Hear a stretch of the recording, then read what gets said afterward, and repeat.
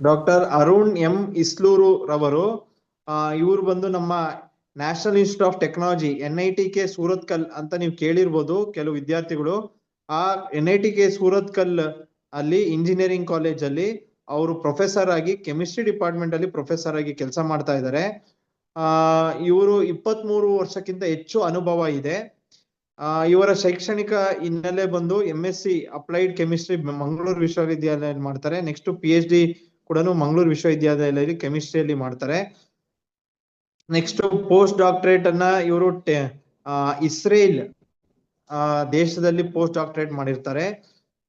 ಇವರು ನಮಗೆ ಇವತ್ತು ಎಲ್ಲಾ ಮಕ್ಕಳಿಗೆ ಪರ್ಸನಾಲಿಟಿ ಡೆವಲಪ್ಮೆಂಟ್ ಅಂದ್ರೆ ನಮ್ಮ ಕನ್ನಡದಲ್ಲಿ ಏನಂತೀರಪ್ಪ ಅದಕ್ಕೆ, ವ್ಯಕ್ತಿತ್ವ ವಿಕಾಸನದ ಬಗ್ಗೆ ಮಕ್ಕಳಿಗೆ ಕುರಿತು ಮಾತಾಡ್ತಾರೆ. ಇವ್ರಿಗೆ 23 ವರ್ಷ ಇದೇ ಒಂದು ವಿಚಾರವಾಗಿ 23 ವರ್ಷಗಳಿಂದ ಅವರು ಇದರ ಬಗ್ಗೆ ಅಧ್ಯಯನ ಮಾಡಿರ್ತಾರೆ. ಈ ವಿಚಾರವಾಗಿ ತಾವೆಲ್ಲರೂ ಕೂಡ ತಾಳ್ಮೆಯಿಂದ ಕೇಳಿಸ್ಕೊಳ್ಬೇಕು. ಕೇಳಿಸ್ಕೊಂಡ ನಂತರ ಕೊನೆಯದಾಗಿ ಮಕ್ಕಳಿಗೆ ಅವರು ಪ್ರಶ್ನೆಗಳನ್ನ ಕೇಳ್ತಾರೆ, ಅಥವಾ ಅವ್ರು ನಿಮ್ಗೆ ಯಾವ್ದಾದ್ರು ಪ್ರಶ್ನೆ ಇದ್ರೆ ಅವರು ನೀವು ಕೇಳ್ಬೋದು, ಅವ್ರಿಗೆ ನಿಮ್ಗೆ ಉತ್ತರ ಕೊಡ್ತಾರೆ. ದಯವಿಟ್ಟು ಎಲ್ಲರೂ ಕೂಡ ಶಾಂತವಾಗಿ ಕೂತ್ಕೊಂಡು ಗಲಾಟೆ ಮಾಡದೆ ಕೇಳಿಸ್ಕೊಳ್ಬೇಕು. ಕೆಲವು ಪ್ರಶ್ನೆಗಳು ಕೂಡ ಈಗಾಗ್ಲೇ ನೀವುಗಳು ನಮಗೆ ಕಳಿಸಿದೀರಾ. ಆ ಪ್ರಶ್ನೆಗಳು ಕೂಡ ನಾವು ನೋಡಿದೀವಿ. ಆ ಪ್ರಶ್ನೆಗಳಿಗೂ ಕೂಡ ಉತ್ತರ ಅರುಣ್ ಸರ್ ಅವರು ಉತ್ತರ ಕೊಡ್ತಾರೆ ಅದ್ರ ಬಗ್ಗೆ. ಇನ್ನ ಕೆಲವೇ ನಿಮಿಷಗಳಲ್ಲಿ ಸರ್ ಜಾಯಿನ್ ಆಗ್ತಾರೆ. ಜಾಯಿನ್ ಆದ್ಮೇಲೆ ಅವರ ತಮ್ಮ ಲೆಕ್ಚರ್ ನ ಶುರು ಮಾಡ್ತಾರೆ. ಹಲೋ ಸರ್, ನಮಸ್ತೆ. ನಮಸ್ಕಾರ ಸರ್, ಕೇಳತ್ತಲ್ಲ? ಹಾ, ಕೇಳ್ತಾ ಇದೆ ಸರ್. ಸರ್ CEO ಅವರು ಲೈನ್ ಅಲ್ಲಿ ಇದ್ದಾರೆ ಸರ್ ಎದುರಿಗೆ. ನಮಸ್ಕಾರ ಹೇಮಂತ್ ಸರ್, ನಮಸ್ಕಾರ. Good evening sir. ನಮಸ್ಕಾರ ಸರ್. ತುಂಬಾ ಸಂತೋಷ ಆಯ್ತು ತಮ್ಗೊಂದು ಭೇಟಿ ಆಗ್ಬಿಟ್ಟು ಆನ್ಲೈನ್ ಅಲ್ಲಿ. ಮತ್ತೆ ತಮ್ದೇ ಒಂದು ಶಿವಮೊಗ್ಗ ಜಿಲ್ಲೆಯಲ್ಲಿ ಇದು ಕಾರ್ಯಕ್ರಮ ಪ್ರಪ್ರಥಮವಾಗಿ ಮಾಡ್ತಾ ಇದ್ದೀರಾ. ಖಂಡಿತವಾಗಿ ಇದು ನಮ್ಮ ರಾಜ್ಯದಾದ್ಯಂತ ಕೂಡ ಒಂದು ಒಳ್ಳೆ ಪಾಪ್ಯುಲರ್ ಆಗಿ ಖಂಡಿತವಾಗಿ ಆಗತ್ತೆ. ತಾವು ಒಂದು ಒಳ್ಳೆ ಇನಿಷಿಯೇಷನ್ ತಗೊಂಡಿದ್ದೀರಾ ಸರ್, ತುಂಬಾ ಧನ್ಯವಾದ. ಥ್ಯಾಂಕ್ ಯು ಸರ್, ನಿಮಗೂ ಧನ್ಯವಾದಗಳು ಸರ್. ತಾವು ಈ ಸಮಯದಲ್ಲಿ ಸಂಜೆ ಹೊತ್ತು ಬಂದು ನಮ್ಮ ಮಕ್ಕಳಿಗೆ ಉದ್ದೇಶಿಸಿ ಮಾತಾಡ್ತಿರೋದು ನಮಗೂ ಕೂಡ ಖುಷಿ ಸರ್. ಇವತ್ತು 160ಕ್ಕಿಂತ ಹೆಚ್ಚು ಹಾಸ್ಟೆಲ್ಗಳು ಈ ಒಂದು ಕಾರ್ಯಾಗಾರಕ್ಕೆ ಜಾಯಿನ್ ಆಗಿದ್ದಾರೆ ಸರ್.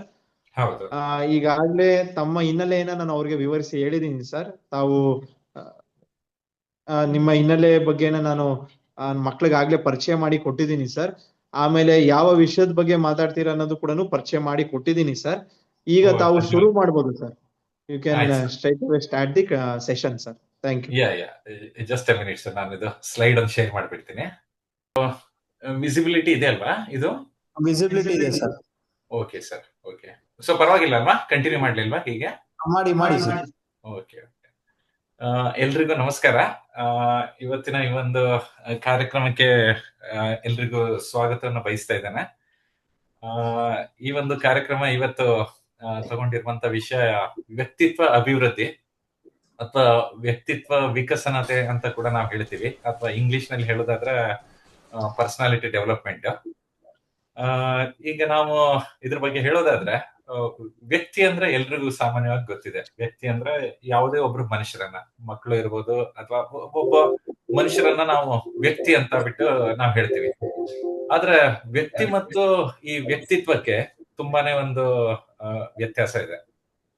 ವ್ಯಕ್ತಿತ್ವ ಅಂದ್ರೆ ಏನಂತ ಹೇಳಿದ್ರೆ, ಈಗ ಯಾವುದೇ ಒಬ್ರು ಮನುಷ್ಯರು, ಯಾವುದೇ ಒಬ್ರು ಮಕ್ಕಳು ಕೂಡ ಇರ್ಬೋದು ಅಥವಾ ಹಿರಿಯರು ಕೂಡ ಇರ್ಬೋದು, ತಮ್ಮ ಒಂದು ಜೀವನದಲ್ಲಿ ಒಂದು ಅವ್ರೇನು ಒಂದು ಗುಣಧರ್ಮಗಳನ್ನಾಗ್ಲಿ ಇದನ್ನ ಅಳವಡಿಸ್ಕೊಳ್ತಾರೆ, ಅದನ್ನ ಒಂದು ವ್ಯಕ್ತಿತ್ವ ಅಂತ ಹೇಳ್ತೀವಿ.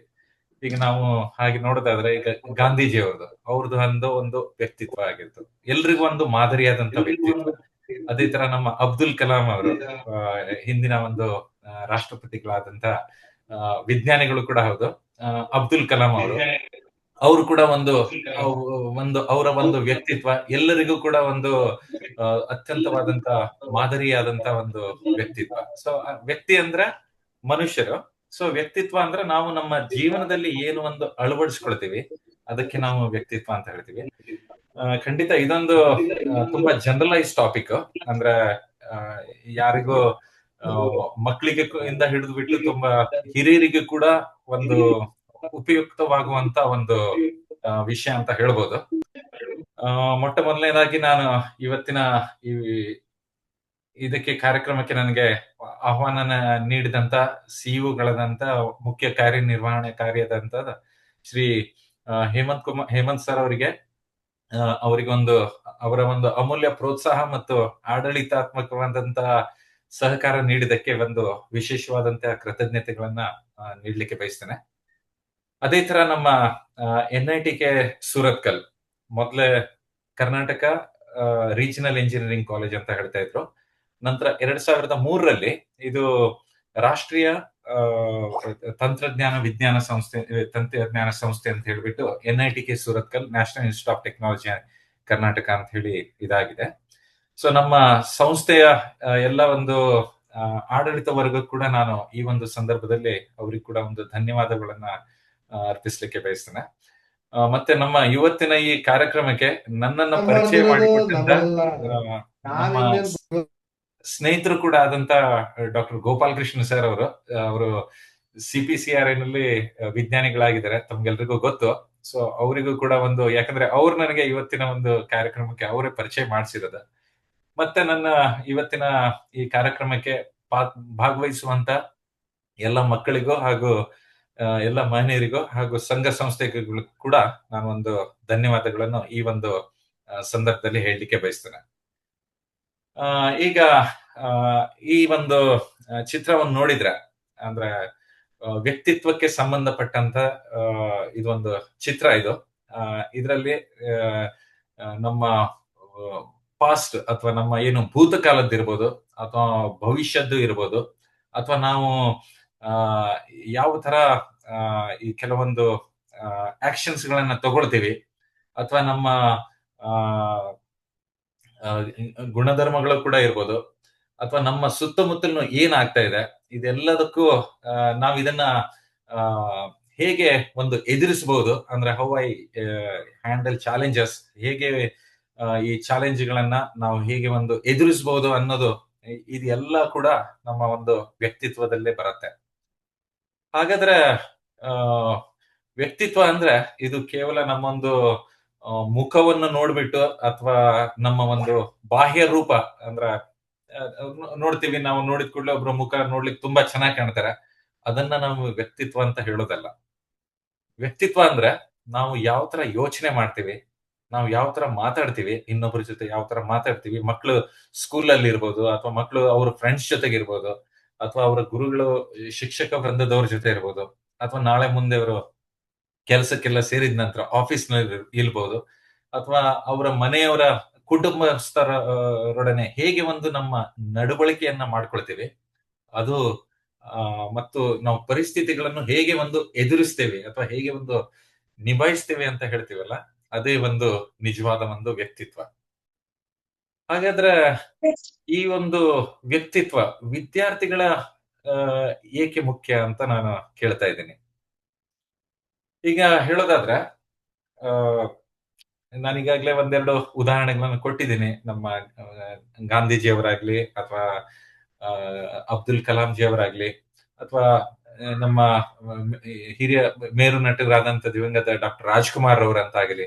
ಸೊ ಇವರೆಲ್ಲರಿಗೂ ಒಂದು ವ್ಯಕ್ತಿತ್ವವನ್ನು ಅವರೇ ಒಂದು ವ್ಯಕ್ತಿತ್ವವನ್ನು ಬೆಳೆಸ್ಕೊಂಡಿದ್ದಾರೆ ಅಲ್ವಾ. ಹಾಗಾದ್ರೆ ಅದೇ ತರ ಈಗ ನಾವು ರಾಜಕಾರಣಿಗಳನ್ನು ಕೂಡ ನೋಡ್ತೀವಿ, ಅಥವಾ ನಮ್ಮ ಧರ್ಮಗುರುಗಳು, ಯಾವುದೇ ಧರ್ಮದವರು ಇರ್ಬೋದು, ಧರ್ಮಗುರುಗಳ ಅವ್ರು ನೋಡ್ತೀವಿ, ಅಥವಾ ಸಿನಿಮಾ ನಟರನ್ನ ನೋಡ್ತೀವಿ, ಅಥವಾ ಕೆಲವೊಬ್ರು ನಿಮ್ಮ ಶಿಕ್ಷಕರೇ ಕೂಡ ಇರ್ಬೋದು. ಅವರು ಮುಖ್ಯವಾಗಿ ಅವರು ಮಕ್ಕಳಿಗೆ ಅಥವಾ ನಮ್ಮ ಸಾರ್ವಜನಿಕ ಒಂದು ಅಟ್ರಾಕ್ಟ್ ಆಗ್ಲಿಕ್ಕೆ ಕಾರಣ ಅಂದ್ರೆ ಅವರ ಒಂದು ಮಾತು, ಅವ್ರು ಹೇಗೆ ಒಂದು ಮಾತಾಡ್ತಾರೆ. ಅಂದ್ರೆ ನೀವೀಗ ನೋಡ್ಬೋದು, 99% ರಾಜಕಾರಣಿಗಳು ತುಂಬಾ ಒಂದು ಅತ್ಯಂತ ಅವರ ಒಂದು ವಾಕ್ಚಾತುರ್ಯ ಹೇಳ್ತೀವಿ, ಅದು ಒಂದು ಅವರ ವ್ಯಕ್ತಿತ್ವನೇ. ಅವರು ಎಜುಕೇಶನ್ ಕ್ವಾಲಿಫಿಕೇಶನ್ ಅದು ಏನೇ ಇರ್ಲಿ, ಅದು ನಾನು ಅದ್ರ ಬಗ್ಗೆ ಏನ್ ಹೇಳ್ತಾ ಇಲ್ಲ, ಆದ್ರೆ ಅದೊಂದು ಕಲೆ. ಅಂದ್ರೆ ಮಾತು ಇನ್ನೊಬ್ಬರ ಜೊತೆ ಹೇಗ್ ಮಾತಾಡ್ಬೇಕು, ಯಾವ ತರ ಈಗ ಒಬ್ಬರ ಜೊತೆ ಯಾವ ತರ ಮಾತಾಡ್ಬೇಕು, ಈಗ ಗುಂಪಿನಲ್ಲಿ ಇರ್ಬೇಕಾದ್ರೆ 100 ಜನ 1000 ಗಟ್ಟಲೆ ಜನ ಇರ್ಬೇಕಾದ್ರೆ ಅವ್ರು ಹೇಗೆ ಮಾತಾಡ್ತಾರೆ, ಅದು ಒಂದು ಅತ್ಯಂತ ತುಂಬಾ ಒಂದು ಮುಖ್ಯವಾದಂತು. ಅಂದ್ರೆ ಅದು ಒಂದು ವ್ಯಕ್ತಿತ್ವ ಅದು. ಅದೇ ತರ ನಾವೀಗ ಆ ಎಷ್ಟೋ ಜನರನ್ನ ನೋಡ್ತೀವಿ. ತುಂಬಾ ಜನರನ್ನ ನಾವು ನಮ್ಮ ಆ ಇದ್ರಲ್ಲಿ ನೋಡ್ಬೇಕಾದ್ರೆ ಕೆಲವೊಂದು ವ್ಯಕ್ತಿಗಳು ಆ ತುಂಬಾನೇ ಚೆನ್ನಾಗಿ ಮಾತಾಡೋರು ಇರ್ತಾರೆ. ಆದ್ರೆ ಅವರು ಕ್ಯಾಮೆರಾ ಎದುರುಗಡೆ ಬಂದ ನಂತರ ಅಥವಾ ಸಾರ್ವಜನಿಕವಾಗಿ ಬಂದಂತಾಗ ಅವಾಗ ಅವರು ಒಂಥರ ಹೆದರಿಕೆ ಅಲ್ವಾ? ಮಾತಾಡ್ಲಿಕ್ಕೆ ಹೆದರಿಕೆ. ಅಥವಾ ಈಗ ಶಾಲೆಗೆ ಕಾಲೇಜುಗಳಲ್ಲಿ ಕೂಡ ನಾವು ತುಂಬಾ ಜನ ಮಕ್ಕಳನ್ನ ನೋಡ್ತೀವಿ. ತುಂಬಾ ಚೆನ್ನಾಗಿ ಉತ್ತರವನ್ನು ನೀಡ್ತಾರೆ. ಆದ್ರೆ ಮಗು ಈ ಸ್ಟೇಜಿಗೆ ಬಂದ್ ಮಾತಾಡಪ್ಪ ಅಂತ ಹೇಳಿದ್ರೆ ಅವಾಗ ಅವ್ರಿಗೆ ಒಂದು ತರ ಹೆದರಿಕೆ ಅಲ್ವಾ? ಸೊ ಹಾಗಾದ್ರೆ ಈ ತರ ಒಂದು ಈ ಹೆದರಿಕೆಯನ್ನ ಹೇಗೆ ಹೋಗಲಾಡಿಸಬೇಕು ಅಂದ್ರೆ ಅದಕ್ಕೆ ವಿದ್ಯಾರ್ಥಿಗಳಿಗೆ ವ್ಯಕ್ತಿತ್ವ ಅಭಿವೃದ್ಧಿ ಅತ್ಯಂತ ಪ್ರಮುಖವಾದಂತ. ಸೊ ನಿಮ್ಗೆ ಒಂದು ವ್ಯಕ್ತಿತ್ವ ಅಭಿವೃದ್ಧಿ ಅಥವಾ ನಿಮ್ಮ ಪರ್ಸನಾಲಿಟಿ ಡೆವಲಪ್ಮೆಂಟ್ ಆದ್ರೆ ನಿಮ್ಗೆ ಖಂಡಿತವಾಗಿಯೂ ಅತ್ಯಂತ ಉಜ್ವಲವಾದಂತ ಭವಿಷ್ಯ ಇದೆ ಅಂತ ನಾನು ಹೇಳ್ತೇನೆ. ಈಗ ನಿಮ್ಮ ಆ, ಬೇರೆ ಫ್ರೆಂಡ್ಸ್ ಜೊತೆ ಇರ್ಬೋದು, ಸ್ನೇಹಿತರ ಜೊತೆ ಮಾತಾಡುವಾಗಿರ್ಬೋದು, ಅಥವಾ ನಿಮ್ಮ ಗುರು ವೃಂದಗಳ ಅವ್ರ ಜೊತೆಗೆ ಮಾತಾಡುವಾಗಿರ್ಬೋದು, ಅಥವಾ ನಾಳೆಗೆ ಈಗ ನೀವು ಆ, ಯಾವುದೇ ನಿಮ್ದು ಒಂದು ಪೋಸ್ಟ್ ಗ್ರಾಜುಯೇಷನ್ ಅಥವಾ ಯಾವುದೇ ಕಾಲೇಜ್ ಅಧ್ಯಯನ ನಂತರ ಮುಂದೆ ನೀವು ಕೆಲಸಕ್ಕೆ ಹೋಗ್ತೀರಾ. ಕೆಲಸಕ್ಕೆ ಹೋಗುವಾಗ ಇಂಟರ್ವ್ಯೂಸ್ ಅನ್ನ ನೀವು ಖಂಡಿತ ಮಾಡ್ಲೇಬೇಕು, ಸಂದರ್ಶನ. ಸೊ ಈ ಸಂದರ್ಶನಗಳಲ್ಲಿ ಈಗ ಹೇಗಂದ್ರೆ ನಿಮ್ಮ ಅವ್ರು ಮುಖ್ಯವಾಗಿ ನೋಡೋದು ನೀವು ಹೇಗೆ ಮಾತಾಡ್ತೀರಾ. ಖಂಡಿತ ನಿಮ್ಮ ಒಂದು ಆ ಶೈಕ್ಷಣಿಕ ಇದು ಕೂಡ ಬೇಕಾಗತ್ತೆ.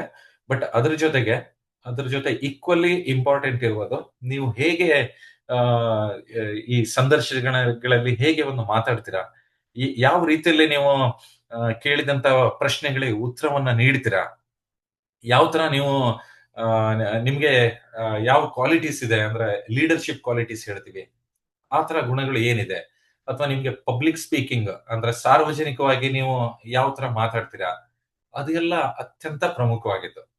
ಹಾಗಾಗಿ ವಿದ್ಯಾರ್ಥಿಗಳು ಈಗಿಂದನೇ ನೀವು ಒಂದು ನಿಮ್ಮ ವ್ಯಕ್ತಿತ್ವವನ್ನು ಅಭಿವೃದ್ಧಿ ಮಾಡ್ಕೊಳ್ಳೋದ್ರಿಂದ ಮುಂದೆ ಒಂದು ಖಂಡಿತ ಅತ್ಯಂತ ಉತ್ತಮವಾದಂತ ಯಶಸ್ಸನ್ನ ನೀವು ಪಡಿಲಿಕ್ಕೆ ಸಾಧ್ಯ ಇದೆ.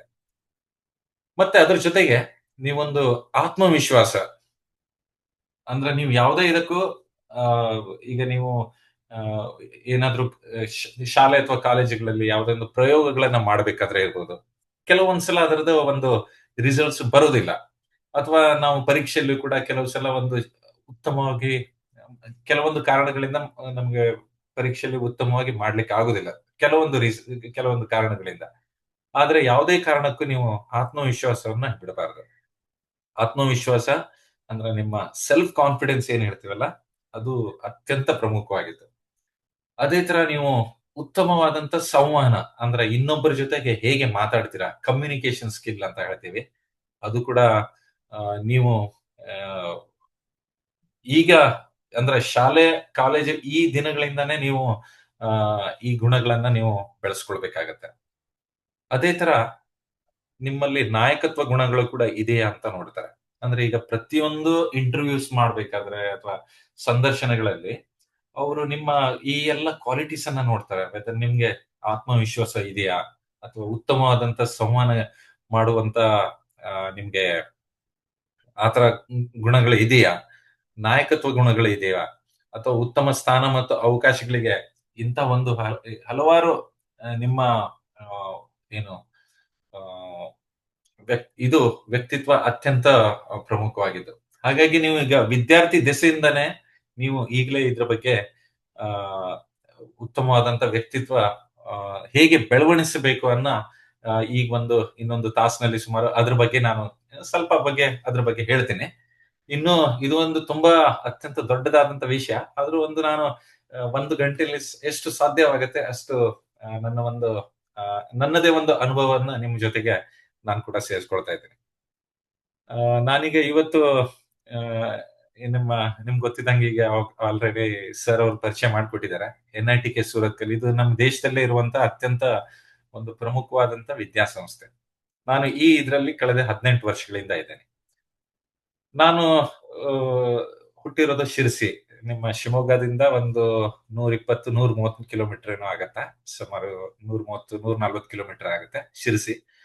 ಮತ್ತೆ ನಾನು ಓದಿರೋದು 7ನೇ ಕ್ಲಾಸ್ ತನಕ, 7ನೇ ತರಗತಿ ತನಕ ನಾನು ಓದಿರೋದು ಕನ್ನಡ ಮಾಧ್ಯಮ. ಅದರಲ್ಲಿ ಕೂಡ ಕನ್ನಡ ಮಾಧ್ಯಮ ಜೊತೆಗೆ ಸರ್ಕಾರಿ ಶಾಲೆಯಲ್ಲೇ ಓದಿರೋದು.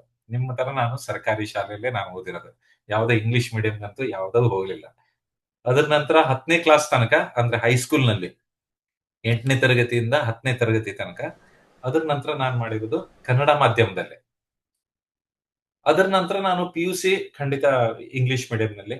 ಸೊ ಆ ನಂತರ ನಾವು ಕಾಲೇಜಿನ ದಿನಗಳಲ್ಲಿ ಇದ್ರ ಬಗ್ಗೆ ನಾವು ವಿಶೇಷವಾದಂತ ಆ ಅಂದ್ರೆ ಈ ಗುಣಧರ್ಮಗಳನ್ನ ನಾವು ಕೆಲವೊಂದು ಬೆಳೆಸ್ಕೊಂಡಿದ್ದೀವಿ. ಸೊ ಅದೇ ನನ್ನದೇ ಮಾತುಗಳಲ್ಲಿ ಹೇಗೆ ವ್ಯಕ್ತಿತ್ವವನ್ನು ನಾವು ಸುಧಾರಿಸ್ಕೊಳ್ಬಹುದು, ಹೇಗೆ ಆ, ನಮ್ಗೆ ಇದೊಂದು ಉತ್ತಮವಾಗಿ ಸಹಾಯಕವಾಗಬಹುದು ಅಂತ ನನ್ನದೇ ಮಾತುಗಳಲ್ಲಿ ನಿಮ್ ಜೊತೆಗೆ ಹಂಚ್ಕೊಳ್ಳಿಕ್ ಬಯಸ್ತಾ ಇದ್ದೇನೆ. ಇದರ ಒಂದು ಮುಖ್ಯ ವ್ಯಕ್ತಿತ್ವ ಅಭಿವೃದ್ಧಿಯ ಮುಖ್ಯ ಕಂಬಗಳು ಅಂದ್ರೆ ಪಿಲ್ಲರ್ಸ್ ಅಂತ ಹೇಳ್ತೀವಿ ನಾವು. ಸೆಲ್ಫ್ ಅವೇರ್ನೆಸ್ ಅಂದ್ರೆ ಮೊಟ್ಟ ಮೊದಲನೇದಾಗಿ ಮಕ್ಕಳೇ, ನಮ್ಮ ಬಗ್ಗೆನೆ ನಮ್ಗೆ ಗೊತ್ತಿರಬೇಕು. ನಮ್ಮಲ್ಲಿ ಇರುವಂತ ಏನು ಲೋಪದೋಷಗಳಿವೆ, ಅದೇ ತರ ನಮ್ಮಲ್ಲಿ ನಮ್ಮ ಏನ್ ಹೇಳ್ತೀವಿ ಸ್ಟ್ರೆಂತ್, ನಾವು ಯಾವ ವಿಷಯದಲ್ಲಿ ಅತ್ಯಂತ ನಮ್ಗೆ ಸ್ಟ್ರೆಂತ್ ಇದೆ ಅಥವಾ ನಮ್ಮ ವೀಕ್ನೆಸ್ ಏನು, ಹೀಗೆ ನಮ್ಮದೇ ಬಗ್ಗೆ ನಾವು ಮೊಟ್ಟ ಮೊದಲನೇದಾಗಿ ತಿಳ್ಕೊಳ್ಬೇಕು. ಇದು ಪ್ರತಿಯೊಬ್ಬರು ಕೂಡ ಅತ್ಯಂತ ಅವರು ಗಮನಿಸಬೇಕಾದಂತ ಒಂದು ಮುಖ್ಯವಾದಂತ ಅಂಶ. ಸೊ ನಮ್ಮ ಬಗ್ಗೆನೆ ನಮ್ಗೆ ಅರಿವಿಲ್ದಿದ್ರೆ ನಾವು ನಮ್ಮ ಒಂದು ವ್ಯಕ್ತಿತ್ವ ಅಭಿವೃದ್ಧಿಯನ್ನ ಮಾಡ್ಲಿಕ್ಕೆ ಕಷ್ಟ. ಹಾಗಾಗಿ ಮೊಟ್ಟ ಮೊದಲನೇದಾಗಿ ನಮ್ಮ ಬಗ್ಗೆನೆ ನಾವು ಮೊಟ್ಟ ಮೊದಲನೇದಾಗಿ ತಿಳ್ಕೊಳ್ಬೇಕು. ಆ ನಂತರ ನಿಮ್ಮಲ್ಲಿರುವಂತ ಶಕ್ತಿ, ಅಂದ್ರೆ ನೀವು ಯಾವ ವಿಷಯದಲ್ಲಿ ನೀವು ಒಂದು ನಿಮ್ಮ ಸ್ಟ್ರೆಂತ್ ಅಂತ ಹೇಳ್ತೀವಿ ಅದು ಇದೆ, ಅದು ನೋಡ್ಕೊಳ್ಬೇಕು. ಅದೇ ತರ ನೀವು ಆಸಕ್ತಿಯನ್ನ ಬೆಳೆಸ್ಕೊಳ್ಳೋದು, ಯಾವುದೇ ವಿಷಯ ಇರ್ಬೋದು. ನಿಮ್ಮ ಒಂದು ಶಾಲೆ ಕಾಲೇಜುಗಳ ಪಠ್ಯ ಪುಸ್ತಕಗಳನ್ನ ಅದ್ರ ಜೊತೆಗೆ ಅದರಲ್ಲಿ ಖಂಡಿತವಾಗಿ ನೀವು ಆಸಕ್ತಿಯನ್ನು ಬೆಳೆಸ್ಕೊಳ್ಳೇಬೇಕು. ಬಟ್ ಅದ್ರ ಜೊತೆಗೆ ಇತರೆ ವಿಷಯಗಳಲ್ಲೂ ಕೂಡ ನೀವು, ಅಂದ್ರೆ ನಮ್ಮ ಜನರಲ್ ನಾಲೆಜ್ ಅಂತ ಏನ್ ಹೇಳ್ತೀವಿ, ಜನರಲ್ ನಾಲೆಜ್ ಅಥವಾ ಸಾಮಾನ್ಯ ಜ್ಞಾನ, ಅದ್ರ ಬಗ್ಗೆ ಕೂಡ ನೀವು ಆಸಕ್ತಿಯನ್ನ ಬೆಳೆಸ್ಕೊಳ್ಬೇಕಾಗತ್ತೆ.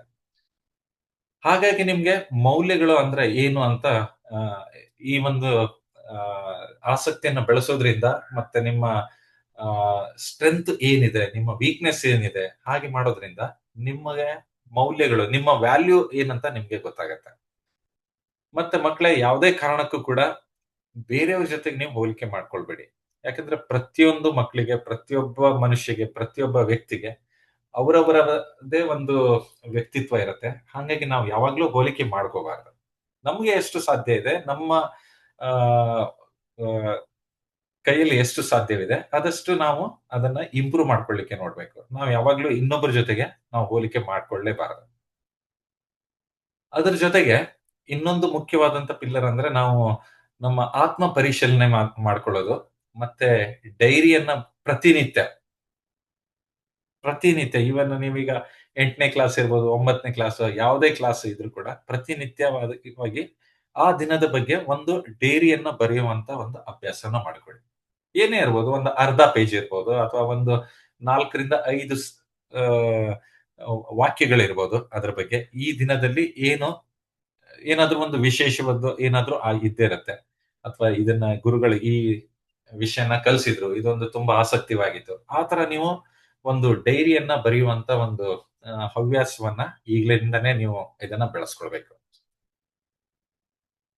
ನಂತರ ನಮ್ಮ ಆತ್ಮವಿಶ್ವಾಸ ವೃದ್ಧಿ ಅಥವಾ ಕಾನ್ಫಿಡೆನ್ಸ್ ಬಿಲ್ಡಿಂಗ್ ಏನ್ ಹೇಳ್ತೀವಿ, ಇದ್ರ ಬಗ್ಗೆ ಸ್ವಲ್ಪ ಹೇಳಲಿಕ್ಕೆ ಬಯಸ್ತೇನೆ ನಿಮ್ಗೆ ಏನಾದ್ರೂ ಪ್ರಶ್ನೆಗಳಿದ್ರೆ ಕೇಳ್ಬೋದು. ಮಧ್ಯದಲ್ಲಿ ಪ್ರಶ್ನೆಗಳಿದ್ರೆ ಕೇಳ್ಬೋದು, ನೇರವಾಗಿ ಕೇಳ್ಬೋದು. ಇಲ್ಲ ಅಂದ್ರೆ ನಾವು ಒಂದ್ಸಲ ಈ ಇಂಟರಾಕ್ಟಿವ್ ಸೆಷನ್ ಆದ ನಂತರ ಆವಾಗ ಕೂಡ ನೀವು ಪ್ರಶ್ನೆಗಳನ್ನ ಕೇಳಲಿಕ್ಕೆ ಸಮಯಾವಕಾಶ ಇದೆ. ಈ ಆತ್ಮವಿಶ್ವಾಸ ಅಭಿವೃದ್ಧಿ ಮಾಡುವಲ್ಲಿ ಅಥವಾ ಸೆಲ್ಫ್ ಕಾನ್ಫಿಡೆನ್ಸ್ ಬಿಲ್ಡಿಂಗ್ ನಲ್ಲಿ ನಿಮ್ಮ ಮೇಲೇನೆ ನೀವು ನಂಬಿಕೆ ಇಟ್ಕೊಳ್ಬೇಕು. ತುಂಬಾ ಸಲ ಏನಾಗುತ್ತೆ ಅಂದ್ರೆ ನಾವು ನಮ್ಮ ಮೇಲೆನೆ ನಾವು ನಂಬಿಕೆಯನ್ನ ಯಾವಾಗ ಕಳ್ಕೊಂಡ್ಬಿಡ್ತೀವಿ, ಅವಾಗ ನಮ್ಮ ಆತ್ಮವಿಶ್ವಾಸ ಹೋಗ್ಬಿಡತ್ತೆ. ಯಾವುದೇ ಕಾರಣಕ್ಕೂ ಈಗ ಪರೀಕ್ಷೆಯಲ್ಲಿ ನಾನು ಹೇಳ್ದಂಗೆ ಯಾವುದೋ ಒಂದು ವಿಷಯದಲ್ಲಿ ನಾವು ಈಗ ಬರೀಲಿಕ್ಕೆ ಆಗುದಿಲ್ಲ, ಅಥವಾ ನಾವು ಮಾರ್ಕ್ಸ್ ಕಡಿಮೆ ಬರ್ತೀವಿ, ಅಥವಾ ಫೇಲ್ ಆಗ್ತೀವಿ ಸಪೋಸ್. ಆದ್ರೆ ಅದರಿಂದಾಗಿ ನಾವು ನಮ್ಮ ನಂಬಿಕೆಯನ್ನ ಕಳ್ಕೋಬಾರ್ದು. ಸರಿ, ಒಂದ್ಸಲ ಆದ್ರೆ ಏನ್ ತೊಂದ್ರೆ ಇಲ್ಲ, ನಾನು ಅದನ್ನ ಇಂಪ್ರೂವ್ ಮಾಡ್ಕೊಳ್ತೀನಿ. ಹಾಗೆ ಒಂದು ನಮ್ಮ ಮೇಲೆ ನಾವು ಒಂದು ದೃಢವಾದಂತ ನಂಬಿಕೆಯನ್ನ ಇಟ್ಕೊಳ್ಬೇಕು. ನಂತರ ಮಕ್ಕಳ ಇನ್ನೊಂದು ಮುಖ್ಯ ಹೇಳೋದು, ಈ ಕಂಫರ್ಟ್ ಝೋನ್ ಅಂತ ಹೇಳ್ತೀವಿ, ಅಂದ್ರೆ ಆರಾಮ ವಲಯ. ಇದರಿಂದ ನೀವು ಹೊರಗಡೆ ಬರಬೇಕು. ಕಂಫರ್ಟ್ ಝೋನ್ ಅಂದ್ರೆ ಈಗ ಪ್ರತಿನಿತ್ಯ ಒಂದು 8ರಿಂದ 10 ತಾಸುಗಳ ಕಾಲ ಮಲ್ಕೊಳ್ಳೋದು, ಅಥವಾ ಬೇಕಾದಂಗೆ ತಿಂಡಿ ತಿಂದ್ಬಿಟ್ಟು, ಅಂದ್ರೆ ಸಮಯನ ದುರ್ಬಳಕೆ ಮಾಡಿಕೊಳ್ಳುವಂಥದ್ದು, ಆ ತರನು ಹೇಳ್ಬೋದು. ಕಂಫರ್ಟ್ ಝೋನ್, ನೀವು ಮುಖ್ಯವಾಗಿ ಇದರಿಂದ ಹೊರಗಡೆ ಬರಬೇಕು. ನೀವು ಯಾವಾಗ ಎಲ್ಲಿ ತನಕ ನೀವು ಆರಾಮವಾದಂತ ಒಂದು ವಲಯದಲ್ಲಿ ಇರ್ತೀರಿ, ಅಥವಾ ಕಂಫರ್ಟ್ ಝೋನ್ ನಲ್ಲಿ ಇರ್ತೀರಿ, ಅಲ್ಲಿಗೆ ನಿಮ್ಮ ಅಭಿವೃದ್ಧಿ ತುಂಬಾ ಕಷ್ಟ.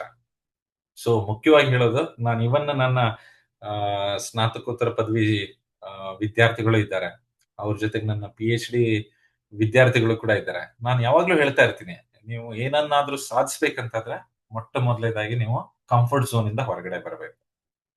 ನೀವೀಗ ಯಾವುದೇ ಈ ಕಲಾಂ ಅವರಾಗ್ಲಿ, ನಾನು ಆವಾಗ್ಲೇ ಹೇಳಿದ್ದೀನಿ, ಅಂತ ಒಂದು ಘನತೆ ಹೊಂದಿರುವಂತ ವ್ಯಕ್ತಿಗಳ ಅವರ ಒಂದು ಬಾಲ್ಯದ ದಿನಗಳನ್ನ ನೋಡಿ, ಅಂದ್ರೆ ಅವ್ರು ಪ್ರತಿಯೊಬ್ರು ಕಷ್ಟಪಟ್ಕೊಂಡೇ ಮೇಲೆ ಬಂದಿದ್ದಾರೆ.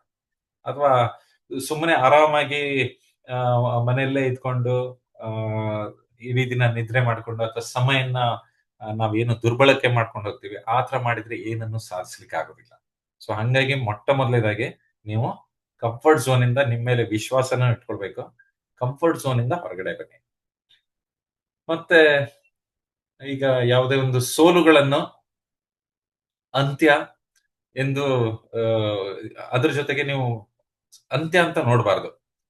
ಈಗ ನಾನು ಹೇಳಿದೆ ನಿಮ್ಗೆ, ಪರೀಕ್ಷೆ, ಈಗ ವಿದ್ಯಾರ್ಥಿಗಳಿಗೆ ಸೋಲು ಅಂದ್ರೆ ಪರೀಕ್ಷೆಯಲ್ಲಿ ಏನಾದ್ರೂ ಕೆಲವೊಂದು ವಿಷಯದಿಂದ ಆಗುದಿಲ್ಲ, ಅಥವಾ ಅವರು ಫೇಲ್ ಆಗಿರ್ತಾರೆ. ಅದೇ ಅಂತ್ಯ ಅಂತ ತಿಳ್ಕೊಳ್ಬಾರ್ದು. ಅದನ್ನು ನಾವೊಂದು ಪಾಠವಾಗಿ ತಗೊಳ್ಬೇಕು. ಒಂದು ಎಕ್ಸ್ಪೀರಿಯನ್ಸ್, ಅಂದ್ರೆ ಒಂದು ಅನುಭವವಾಗಿ ತೆಗೆದುಕೊಂಡು ನಾವು ಮುಂದಿನ ಸಲದಲ್ಲಿ ಅದನ್ನ ಇನ್ನೂ ಒಂದು ಉತ್ತಮವಾದ ರೀತಿಯಲ್ಲಿ ಅದನ್ನ ಗೆಲುವನ್ನ ಬಯಸ್ಲಿಕ್ಕಾಗತ್ತೆ. ಸೊ ಅದೇ ತರ ಈಗ ನೀವು ಸ್ಪೋರ್ಟ್ಸ್ ಇರ್ಬೋದು, ಕ್ರಿಕೆಟ್ ಇರ್ಬೋದು, ಅಥವಾ ಬೇರೆ ಬೇರೆ ಒಂದು ಏನು ನೀವು ಸ್ಪೋರ್ಟ್ಸ್ ಆಟ ಆಡ್ಬೇಕಾದ್ರೆ ಅದರಲ್ಲಿ ಸೋಲು ಮತ್ತು ಗೆಲುವು, ಒಂದ್ಸಲ ಸೋಲಾದ್ರೆ ಇನ್ನೊಂದ್ಸಲ ಗೆಲುವು ಆಗ್ತೀರಾ. ಸಚಿನ್ ತೆಂಡೂಲ್ಕರ್ ಕೂಡ ಎಲ್ಲ ಸಲ ನಿಮ್ಗೆ ಗೊತ್ತಿದೆ ಅಲ್ವಾ, ಎಲ್ಲ ಸಲ ಅವರು ಸೆಂಚುರಿ ಹೊಡೆದಿಲ್ಲ, ಎಷ್ಟೋ ಸಲ ಝೀರೋದಲ್ಲಿ ಕೂಡ, ಶೂನ್ಯದಲ್ಲಿ ಕೂಡ ಔಟ್ ಆಗಿದ್ದಾರೆ. ಹಾಗಂತೇಳಿ ಅವರು ಸುಮ್ಮನೆ ಇರ್ತಾರ? ಹಾಗಿರ್ಬಾರ್ದು. ಅದನ್ನು ನಮ್ಮ ಒಂದು ಪಾಠವಾಗಿ ತಗೊಳ್ಬೇಕು. ನಾನು ಏನು ಮಿಸ್ಟೇಕ್ ಮಾಡಿದೆ, ಏನು ತಪ್ಪು ಮಾಡಿದೆ ಹೋದ್ಸಲ, ಯಾಕೆ ಝೀರೋ ನನಗೆ ಔಟ್ ಆದೆ ಅಂತ ನಾವು ನಮ್ಮ ಬಗ್ಗೆ ಒಂದು ಆತ್ಮಾವಲೋಕನೆ ಮಾಡ್ಕೊಳ್ಬೇಕು. ಹೀಗೆ ಆತ್ಮಾವಲೋಕನೆ ನಾವು ಮಾಡ್ಕೊಳ್ಳೋದ್ರಿಂದ ಅವಾಗ ಏನಾಗುತ್ತೆ, ನಾವು ಮುಂದಿನ ಸಲ, ಅಂದ್ರೆ ಮತ್ತೊಂದ್ಸಲ ನೀವು ಪ್ರಯತ್ನದಲ್ಲಿ ಖಂಡಿತವಾಗಿ ಜಯವನ್ನ ಅಥವಾ ಗೆಲುವನ್ನ ಪಡಿತೀರ. ಸೊ ಹಂಗಾಗಿ ಸೋಲನ್ನು ಯಾವಾಗ್ಲೂ ಅಂತ್ಯ ಅಂತ ತಿಳ್ಕೊಳ್ಬೇಡಿ, ಅದನ್ನೊಂದು ಪಾಠ ಅಥವಾ ಒಂದು ಅನುಭವ ಅಂತ ಹೇಳಿ ತಗೋಬಿಟ್ಟು ಮಾಡೋದ್ರಿಂದ ನಿಮ್ಗೂ ಅದೊಂದು ಗೆಲುವಿಗೆ ಒಂದು ದಾರಿಯನ್ನ ಮಾಡಿಕೊಡತ್ತೆ. ಅದ್ರ ಜೊತೆಗೆ ಈಗ ಸಣ್ಣ ಗೆಲುವುಗಳು ಕೂಡ ಹಲವು ಸಲ ಏನಾಗುತ್ತೆ, ತುಂಬಾ ಸಣ್ಣ ಗೆಲುವು ಇರ್ಬೋದು. ಈಗ ನಿಮ್ಮ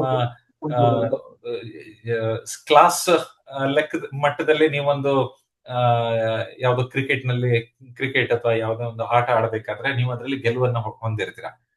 ಅದು ಏನಾಗುತ್ತೆ ಅಂದ್ರೆ ನಿಮ್ಗೊಂದು ತುಂಬಾ ಆತ್ಮವಿಶ್ವಾಸ ಬೆಳೆಯುತ್ತೆ ಅದರಿಂದ.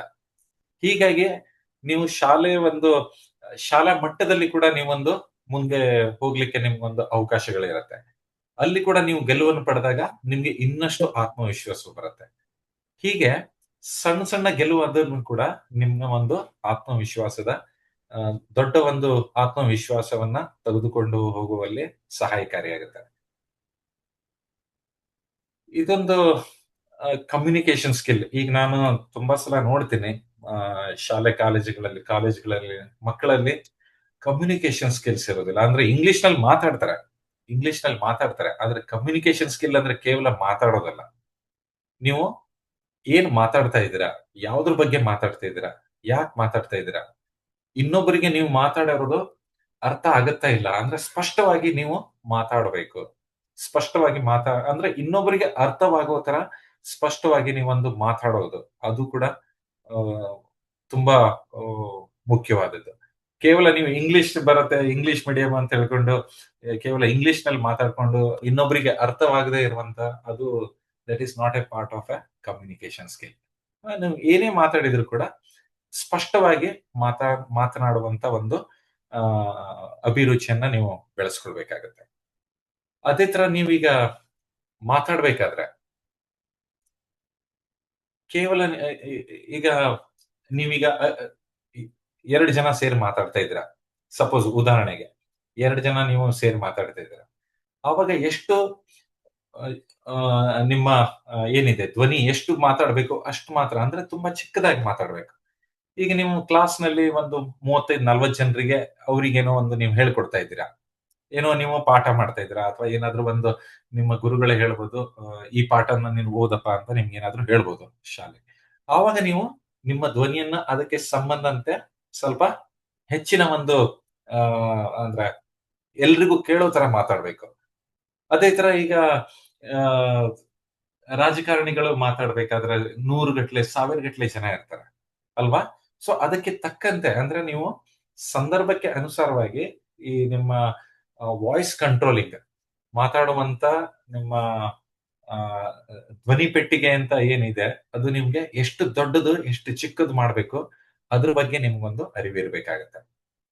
ಮತ್ತೆ ನೀವು ಯಾವುದೇ ವಿಷಯವನ್ನು ಮಾತಾಡ್ಬೇಕಾದ್ರೆ ಈ ದೇಹ ಭಾಷೆ ಅಂದ್ರೆ ಆ ನೀವ್ ಅದನ್ನ ಎಕ್ಸ್ಪ್ಲೇನ್ ಮಾಡ್ಬೇಕಾದ್ರೆ, ಈಗ ನೋಡಿರ್ತೀರ ನಿಮ್ಮ ಹಲವು ಸಲ ನಿಮ್ಮ ಶಾಲೆ ಅಥವಾ ಕಾಲೇಜ್ಗಳಲ್ಲಿ ನಿಮ್ಮ ಗುರುಗಳು ಅವರು ಆ ಕೆಲವೊಂದು ಗುರುಗಳು ಅವರು ಕ್ಲಾಸ್ ನಲ್ಲಿ ಇದನ್ನ ಪಾಠವನ್ನು ಹೇಳ್ಬೇಕಾದ್ರೆ ಅವರು ಕೈಯಿಂದ ಒಂದು ಆ ಎಕ್ಸ್ಪ್ರೆಷನ್ಸ್ ಮಾಡಿ ತೋರಿಸ್ತಾರೆ.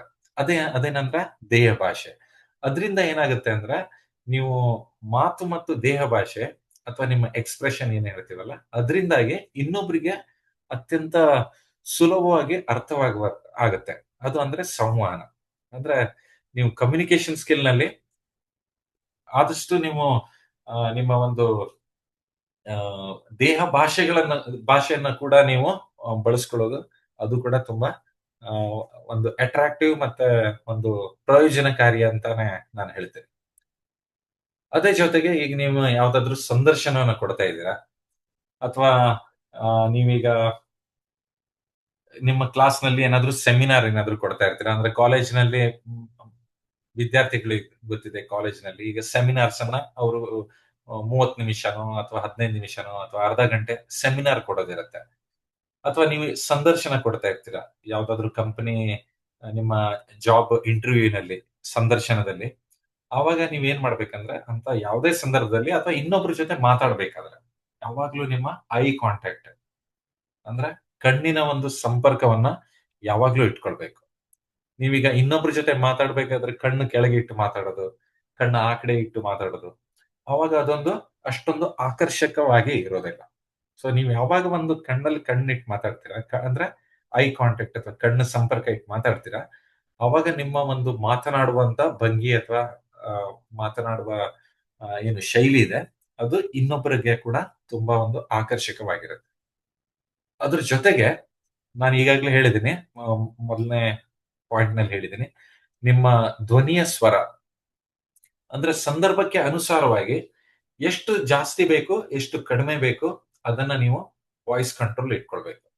ಈಗ ನೀವು ಖಾಲಿ ಎರಡೇ ಜನ ನೀವು ಇನ್ನೊಬ್ಬರ ಜೊತೆ ಮಾತಾಡ್ತಾ ಇರ್ತೀರ, ಎರಡು ಜನರ ಜೊತೆ ಸುಮ್ಮನೆ ತುಂಬಾ ಗಟ್ಟಿಯಾಗಿ ಮಾತಾಡೋದ್ರಿಂದ ಅವ್ರಿಗೆ ಒಂಥರ ಕಿರಿಕಿರಿ ಅನ್ಸುತ್ತೆ ಅಲ್ವಾ? ಅದೇ ನೀವೀಗ ಒಂದು 100 ಜನ ಹತ್ರ ನೀವು 100 ಜನ ಇದ್ದಾರೆ ಅಥವಾ ನಿಮ್ಮ ಒಂದು 50-60 ಜನ ಇದ್ದಾರೆ ಕ್ಲಾಸ್ ನಲ್ಲಿ, ನೀವೇನೋ ಸೆಮಿನಾರ್ ಕೊಡ್ತಾ ಇರ್ತೀರಾ, ಅವಾಗ ನೀವು ಮಾತಾಡ್ಬೇಕಾದ್ರೆ ತುಂಬಾ ಚಿಕ್ಕದಾಗಿ ಮಾತಾಡ್ತೀರಾ, ಅವ್ರಿಗೆ ಏನಂತಾನೆ ಗೊತ್ತಾಗೋದಿಲ್ಲ. ಸೊ ನಿಮ್ಮ ವಾಯ್ಸ್ ಧ್ವನಿಯ ಸ್ವರವನ್ನ ಅದನ್ನ ನೀವು ಯಾವಾಗ್ಲೂ ಹೇಗೆ ಸಂದರ್ಭಕ್ಕೆ ಅನುಸಾರವಾಗಿ ಹೆಚ್ಚು ಮಾಡ್ಬೇಕೋ ಕಡಿಮೆ ಮಾಡ್ಬೇಕು, ಅಂದ್ರೆ ನಾವೀಗ ಈಗ ಟಿವಿ ಅಥವಾ ನಾವು ಹಾಕಿದಾಗ ವಾಲ್ಯೂಮ್ ನಮ್ಗೆ ಹೆಚ್ಚು ಬೇಕೋ ಕಡಿಮೆ ಬೇಕೋ ನಾವು ಕಂಟ್ರೋಲ್ ಮಾಡ್ತೀವಿ, ಅದೇ ತರ ನಾವು ಮಾತಾಡುವಾಗ ಕೂಡ ಅದೇ ತರ ನಾವು ಇಟ್ಕೊಳ್ಬೇಕು. ಇನ್ನೊಂದು ನಾವು ಮಾತನಾಡ್ಬೇಕಾದ್ರೆ ಈಗ ನಾವು ಏನಾದ್ರೂ ಬರಿತೀವಿ, ಏನಾದ್ರೂ ಒಂದ್ ಪ್ಯಾರಾಗ್ರಾಫ್ ಇದನ್ನ ಬರಿಬೇಕಾದ್ರೆ ನಾವು ಫುಲ್ ಸ್ಟಾಪ್ ಹಾಕ್ತಿವಿ, ಪೂರ್ಣ ವಿರಾಮ ಹಾಕ್ತಿವಿ, ಕಾಮಾ ಹಾಕ್ತಿವಿ, ಅಥವಾ ಬೇರೆ ಬೇರೆ ಇಂಗ್ಲಿಷ್ ನಲ್ಲಿ ಇದನ್ನ ಹಾಕ್ತಾ ಹಾಕ್ತಿವಲ್ಲ, ಅದೇ ತರ ನಾವು ಮಾತನಾಡೋದು ಕೂಡ ಎಲ್ಲಿ ಬೇಕು ಅಲ್ಲಿ ಪೂರ್ಣ ವಿರಾಮ ಕೊಡಬೇಕು. ಎಲ್ಲಿ ಅಂದ್ರೆ ಮಾತಾಡೋ ಶೈಲಿ ನೀವು ಆತರ ಇಟ್ಕೊಂಡಿರ್ಬೇಕಾಗತ್ತೆ. ಅದ್ರ ಜೊತೆಗೆ ನಿಮ್ಮ ಫೇಶಿಯಲ್ ಎಕ್ಸ್ಪ್ರೆಷನ್, ಅದು ಹೇಳಿದೆ ನಾನು, ನೀವು ಕಣ್ಣಲ್ಲಿ ಕಣ್ಣಿಟ್ಟು ಮಾತಾಡುವಾಗ ಅವಾಗ ನಿಮ್ಮ ಫೇಶಿಯಲ್ ಎಕ್ಸ್ಪ್ರೆಷನ್ ಅನ್ನು ಕೂಡ ಇನ್ನೊಬ್ರು ನಿಮ್ಮನ್ನ ಗಮನಿಸ್ತಾ ಇರ್ತಾರೆ. ಸೊ ನೀವು ನಿಮ್ಮ ಇವೆಲ್ಲ ನೀವು ಕೆಲವೊಂದು ವಿಷಯಗಳನ್ನ ನೀವು ರೂಢಿ ಮಾಡ್ಕೊಳ್ಳೋದ್ರಿಂದ ಇತರರಿಗೆ ನೀವು ಮಾತಾಡುವಂತದ್ದು ಅತ್ಯಂತ ಆಕರ್ಷಕವಾಗಿ ಕಂಡು ಬರುತ್ತೆ. ಅದ್ರ ಜೊತೆಗೆ ನೀವು ಯಾವಾಗ್ಲೂ ಅರ್ಥ ಮಾಡ್ಕೊಳ್ಳಿಕ್ಕೆ ಕೇಳಿ. ಅಂದ್ರೆ ಈಗ ತುಂಬಾ ಜನ ಏನ್ ಮಾಡ್ತಾರೆ, ಈಗ ಕೇಳ್ಕೊಳ್ಳೋದು ಯಾಕಂದ್ರೆ ಅವರಿಗೆ ಉತ್ತರ ಕೊಡ್ಬೇಕು ಅಂತ ಹೇಳಿ ಇದಕ್ಕೆ ನಾವು ಕೇಳ್ಕೊಳ್ಳೋದಲ್ಲ, ನಮ್ಗೆ ಅರ್ಥ ಮಾಡ್ಕೊಳ್ಳಿಕ್ಕೆ ಕೇಳ್ಬೇಕು. ಈಗ ತರಗತಿಯಲ್ಲಿ ನಿಮ್ಗೆ ಗುರುಗಳು ಯಾವ್ದಾದ್ರು ಪಾಠವನ್ನ ಹೇಳ್ಬೇಕಾದ್ರೆ ನೀವು ಫಸ್ಟ್ ಅರ್ಥ ಮಾಡ್ಕೊಳ್ಳಿಕ್ಕೆ ಕೇಳ್ಬೇಕು. ಅದು ಬಿಟ್ಟು ನಾವು ಗುರುಗಳು ಏನ್ ಪ್ರಶ್ನೆ ಕೇಳ್ತಾರೆ ಅದಕ್ಕೆ ನಾನು ಉತ್ತರ ಕೊಡ್ತೇನೆ ಅಂತೇಳಿ ಅದಕ್ಕೆ ಹೇಳೋದಲ್ಲ. ನಮ್ಗೀಗ ಅರ್ಥ ಮಾಡ್ಕೊಂಡ್ರೆ ನಾವು ಯಾವುದೇ ಒಂದು ವಿಷಯವನ್ನ ಇನ್ನೊಬ್ರು ಮಾತಾಡ್ಬೇಕಾದ್ರೆ ನಾವೇನು ಅರ್ಥ ಮಾಡ್ಕೊಳ್ತೀವಿ ಅಲ್ಲ, ಅದು ಅರ್ಥ ಮಾಡ್ಕೊಂಡ್ರೆ ಅವಾಗ ನಮ್ಗೆ ಉತ್ತರವನ್ನ ಕೊಡ್ಲಿಕ್ಕೆ ಅತಿಯಾಗಿ ಸುಲಭವಾಗಿ ನಾವು ಉತ್ತರವನ್ನು ಕೂಡ ಮಾಡ್ಕೊಳ್ಬೇಕು. ಅದೇ ತರ ನಾವು ನಮ್ಮ ಜೀವನದಲ್ಲಿ ಈ ಗೋಲ್ ಸೆಟ್ಟಿಂಗ್ ಅಂದ್ರೆ ಗುರಿ ನಿಗದಿಪಡಿಸುವಿಕೆ, ಅದು ಈಗಿಂದಾನೇ ಬರಬೇಕು. ಈಗಿಂದಾನೇ ಅಂದ್ರ ಈಗ 13, 14 ನೀವೇನು ಟೀನೇಜರ್ ಈ ವರ್ಷಕ್ಕೆ ಬರ್ತೀರಲ್ಲ, ಅಂದ್ರೆ ಈಗ 8ನೇ ಕ್ಲಾಸಿಂದ ಇದ್ದೀರಾ ನೀವೆಲ್ಲ, ಈಗಲೇ ನೀವು ನಿಮ್ಮ ಜೀವನದಲ್ಲಿ ಏನ್ ಆಗ್ಬೇಕು ಅಂತ ಈಗ್ಲೇ ನೀವು ಅದನ್ನ ಒಂದು ಗುರಿ ನಿಗದಿಪಡಿಸ್ಕೊಳ್ಬೇಕಾಗತ್ತೆ. ನಾನೀಗ ಮುಂದೆ ಉದಾಹರಣೆಗೆ ನಾನು ಹೇಳೋದಾದ್ರೆ, ನಾನು ಮುಂದೆ ಅಂತ ಅಥವಾ ನಾವೇನ್ ತಿಳ್ಕೊಳ್ಬೇಕಂದ್ರೆ ಇನ್ನೊಂದು 15 ವರ್ಷದ ನಂತರ, 10 ವರ್ಷದ ನಂತರ ಅಥವಾ 15 ವರ್ಷದ ನಂತರ ನಾನೊಂದು ವಿಜ್ಞಾನಿಯಾಗಿರ್ತೀನಿ, ಅಥವಾ ನಾನೊಬ್ನು ಎಂಜಿನಿಯರ್ ಆಗ್ತೀನಿ, ಅಥವಾ ನಾನೊಬ್ನು ಆ ದೇಶದ ಏನು ನಾವು ಡಿಫೆನ್ಸ್ ಅಥವಾ ಇದರಲ್ಲಿ ಸೈನ್ಯದಲ್ಲಿ ನಾನು ಅದರಲ್ಲಿ ಸೇವೆ ಸಲ್ಲಿಸ್ತೀನಿ, ಅಥವಾ ನಾನೊಬ್ರು ಡಾಕ್ಟರ್ ಆಗ್ತೀನಿ. ಏನಂತ ಹೇಳಿ ನೀವು ಅದನ್ನ ಈಗ್ಲೇ ನಿಮ್ಮ ಜೀವನದಲ್ಲಿ ಅದನ್ನ ನೀವು ಈಗ್ಲೇ ಗುರಿ ಮಾಡ್ಕೊಳ್ಬೇಕಾಗತ್ತೆ. ಆ ಗುರಿಯನ್ನ ನೀವು ಏನ್ ಮಾಡಿ ಅಂದ್ರೆ ಒಂದ್ ಪುಸ್ತಕದಲ್ಲಿ ಅದನ್ನ ಬರೆದಿಟ್ಕೊಂಡಿರಿ. ನಾನು ಇನ್ನು 10 ವರ್ಷದ ನಂತರ ಈ ಒಂದು ಸ್ಥಾನವನ್ನ ನಾನು ಪಡಿಬೇಕು, ಇದನ್ನ ಆಗ್ಬೇಕು ಅಂತ ಹೇಳಿ. ಮತ್ತೆ ಆ ಒಂದು ನಿಮ್ಮ ಗುರಿಯನ್ನು ತಲುಪಬೇಕಾದ್ರೆ ಏನೇನು ನಿಮ್ಗೆ ತುಂಬಾ ಒಂದು ಅಡೆತಡೆಗಳು ಬರ್ತವೆ, ಅದನ್ನ ಯಾವುದೇ ಅಡೆತಡೆಗಳನ್ನ ನೀವು ತಗೊಳ್ಬೇಡಿ. ನಿಮ್ಮ ಗುರಿಯನ್ನ ಮುಟ್ಟಲಿಕ್ಕೆ ಅದ್ರ ಬಗ್ಗೆನೇ ನೀವು ಆ ಗುರಿಯ ಕುರಿತಾಗೆ ನೀವು ಹೋಗೋದ್ರಿಂದ ಖಂಡಿತವಾಗಿ ನಿಮ್ಗೆ ಯಶಸ್ಸನ್ನ ಪಡಿಲಿಕ್ಕೆ ಆಗತ್ತೆ. ಮತ್ತೆ ನೀವು ಹೀಗೆ ಈ ಗುರಿಯನ್ನ ನಿಗದಿಪಡಿಸುವಾಗ ಮುಖ್ಯವಾಗಿ 2 ತರದ ಗುರಿಗಳಿರ್ಲಿ. ಅಂದ್ರೆ ಒಂದು ದೀರ್ಘಕಾಲದ್ದು.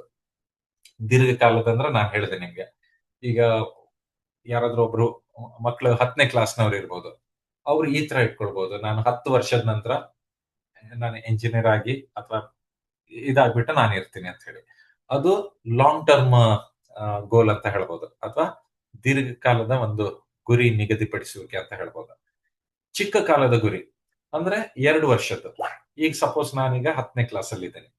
10ನೇ ಕ್ಲಾಸ್ ನಲ್ಲಿ ನಾನು 95% ಅಂಕಗಳನ್ನ ಪಡಿತೀನಿ, ಅಥವಾ ನಾನು ಇನ್ನು 2 ವರ್ಷದಲ್ಲಿ PUC ಅಧ್ಯಯನದಲ್ಲಿ ಇಂತಿಷ್ಟು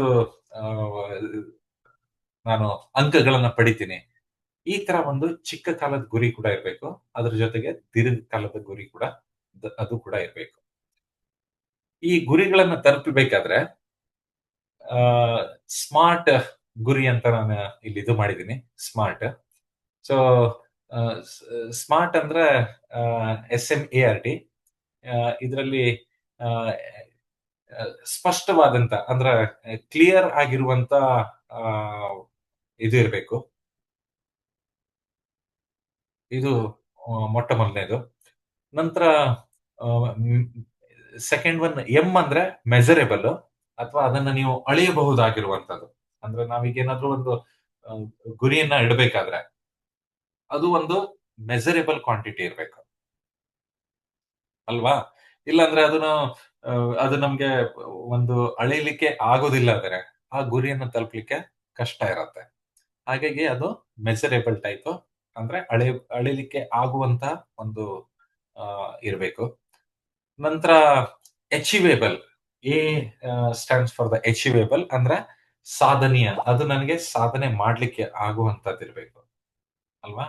then the next one is R, ಅಂದ್ರೆ ರಿಲೇಷನಲ್, ಅಂದ್ರೆ ಅದು ಸಂಬಂಧಿತ, ಯಾವುದೇ ಒಂದು ನಮ್ಗೆ ವಿಷಯಕ್ಕೆ ಸಂಬಂಧಿತವಾಗಿಂತ ಅದು ಇರಬೇಕು.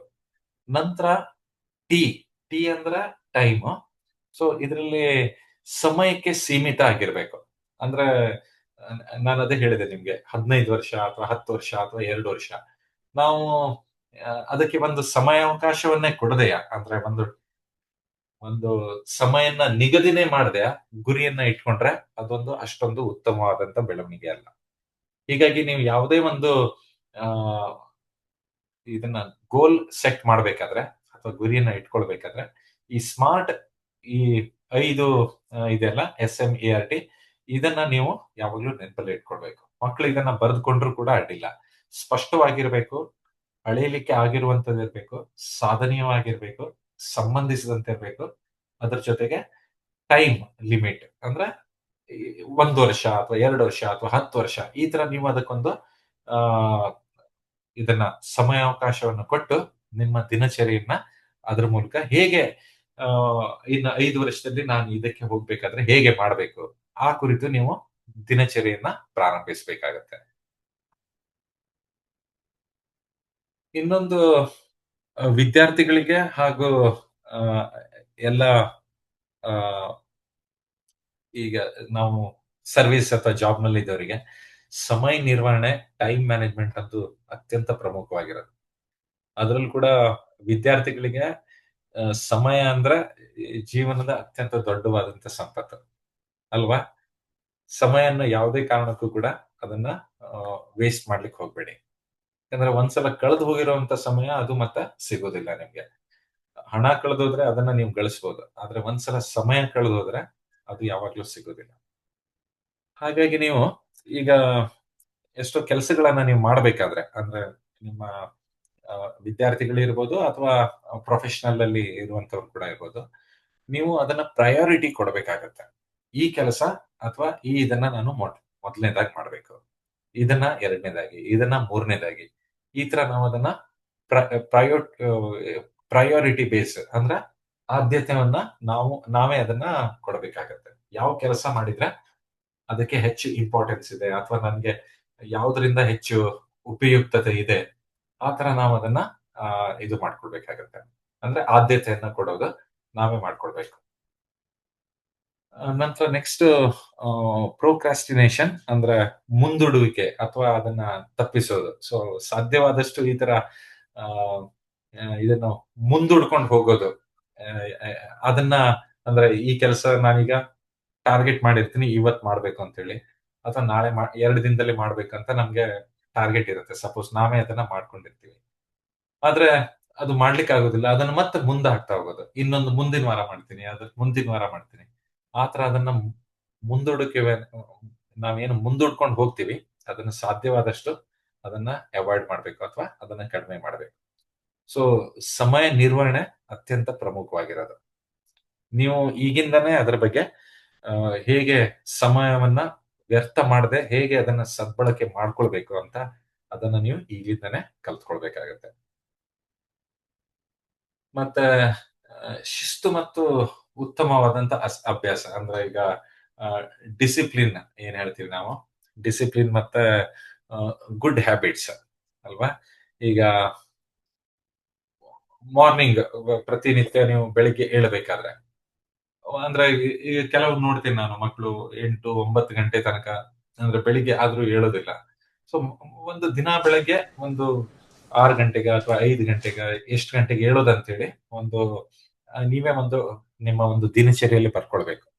ಆದ್ರೆ ದಿನಕ್ಕೊಂದು ಕನಿಷ್ಠವಾಗಿ ಒಂದು 6 ರಿಂದ 7 ಗಂಟೆಗಳ ಕಾಲ ಅಷ್ಟಾದ್ರೂ ನಿದ್ರೆ ಮನುಷ್ಯನಿಗೆ, ಅಂದ್ರೆ ಆರೋಗ್ಯವಂತವಾಗಿರ್ಬೇಕಾದ್ರೆ ಕನಿಷ್ಠ ಒಂದು 6 ರಿಂದ 7 ಗಂಟೆಗಳ ಕಾಲ ಅಷ್ಟು ನಿದ್ರೆ ಖಂಡಿತ ಬೇಕೇ ಬೇಕು. ಅಯ್ಯೋ ಈಗ ನಾಳೆ ಪರೀಕ್ಷೆ ಇದೆ, ಮುಂದಿನ ವಾರ ಪರೀಕ್ಷೆ ಇದೆ ಅಂತ ಹೇಳಿ ದಿನಕ್ಕೆ 2 ತಾಸು ಮಲಗೋದು, ಅದರಿಂದ ನಿಮ್ಮ ದೇಹಕ್ಕೆ ಕೂಡ ಅಂದ್ರೆ ಕೆಲವೊಂದು ಅನಾರೋಗ್ಯವಾಗುವಂತ ಸಂದರ್ಭಗಳು ಜಾಸ್ತಿ ಇರತ್ತೆ. ಹಾಗಾಗಿ 6 ರಿಂದ 7 ತಾಸುಗಳ ಕಾಲ ನಿದ್ರೆ ಖಂಡಿತ ಬೇಕೇ ಬೇಕು. ಆದ್ರೆ ಉಳಿದಿರೋ ಏನ್ ಸಮಯ ಇದೆ ಅದನ್ನ ನಾವು ವ್ಯರ್ಥ ಮಾಡದೆ ಅದನ್ನ ಸದುಪಯೋಗ ಯಾವಾಗ್ಲೂ ಉತ್ತಮವಾದ ರೀತಿಯಲ್ಲಿ ನಾವು ತಗೊಂಡು ಹೋಗ್ಬೇಕು.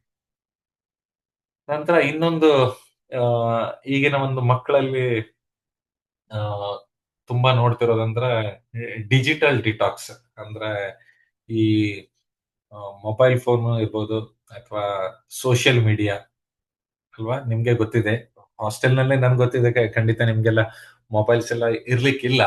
ಅಟ್ಲೀಸ್ಟ್ ಸ್ಕೂಲ್ ಮಕ್ಕಳಿಗೆ ಮೊಬೈಲ್ಸ್ ಎಲ್ಲ ಇರ್ಲಿಕ್ಕಿಲ್ಲ. ಆದ್ರೆ ಈಗ ನಾವೆಲ್ಲ ನೋಡ್ತಿರೋ ಹಾಗೆ ಅಂದ್ರೆ ಮೇನ್ ಆಗಿ ಸಿಟೀಸ್ ಅಲ್ಲಿ ಮಕ್ಕಳು ಮೊಬೈಲ್ಗೆನೆ ಅಡಿಕ್ಟ್ ಆಗಿರ್ತಾರೆ, ಅಥವಾ ಸೋಷಿಯಲ್ ಮೀಡಿಯಾದಲ್ಲಿ. ಈ ಶಾಲೆ ಕಾಲೇಜುಗಳ ವಿದ್ಯಾರ್ಥಿಗಳಲ್ಲಿ ತುಂಬಾ ಇದನ್ನ ನಾವು ನೋಡ್ತೀವಿ. ಕಾಲೇಜ್ ವಿದ್ಯಾರ್ಥಿಗಳಲ್ಲಿ ಸೋಷಿಯಲ್ ಮೀಡಿಯಾದಲ್ಲಿ ನೀವು ಬಳಕೆ ಮಾಡಿ, ಸೋಷಿಯಲ್ ಮೀಡಿಯಾ ಬಳಸಬಾರದು ಅಂತ ಹೇಳೋದಿಲ್ಲ. ಆದ್ರೆ ಅದನ್ನ ಒಂದು ರೂಢಿಯಾಗಿ ಇಟ್ಕೊಳ್ಬೇಡಿ. ದಿನಕ್ಕೆ ಒಂದು ಓಕೆ, ಬೆಳಿಗ್ಗೆ ಒಂದು 10-15 ನಿಮಿಷ, ಮಧ್ಯಾಹ್ನ ಒಂದು 10-15 ನಿಮಿಷ, ಆ ತರ ನೀವು ಅದನ್ನ ಬಳಕೆ ಮಾಡ್ಕೊಳ್ಳಿ. ಆದ್ರೆ ಪ್ರತಿದಿನ ಗಂಟೆಗಟ್ಲೆ ಅದರಲ್ಲಿ ಸಮಯವನ್ನ ಮಾತ್ರ ಖಂಡಿತವಾಗಿ ನಾವು ಅದನ್ನ ವ್ಯರ್ಥ ಮಾಡಬಾರ್ದು. ಮತ್ತೆ ಅದ್ರ ಜೊತೆಗೆ ನಿಮ್ಮ ಒಂದು ಉತ್ತಮವಾದಂತ ಮನಸ್ಥಿತಿ ಮತ್ತು ಆರೋಗ್ಯವನ್ನ ಚೆನ್ನಾಗಿ ಇಟ್ಕೊಳ್ಳಿಕ್ಕೆ ಪ್ರತಿನಿತ್ಯ ಕೂಡ ಒಂದು 10 ನಿಮಿಷ ವ್ಯಾಯಾಮ ಇರ್ಬೋದು ಅಥವಾ ಯೋಗವನ್ನ ಕೂಡ ಮಾಡುವಂತ ಒಂದು ಅಭ್ಯಾಸವನ್ನ ಇಟ್ಕೊಳ್ಬಹುದು. ಕೆಲವೊಂದು ಹಾಸ್ಟೆಲ್ಗಳಲ್ಲಿ ಇರತ್ತೆ, ನಿಮ್ಮ ಕೂಡ ಕೆಲವೊಂದು ಹಾಸ್ಟೆಲ್ಗಳಲ್ಲಿ ಇರ್ಬೋದು ಇಂಥ ಒಂದು ಅಭ್ಯಾಸಗಳು ಇರ್ಬೋದು. ಅದೊಂದು ಉತ್ತಮವಾದಂತ ಒಂದು ಹ್ಯಾಬಿಟ್ ಅಂತ ಹೇಳ್ತೀನಿ.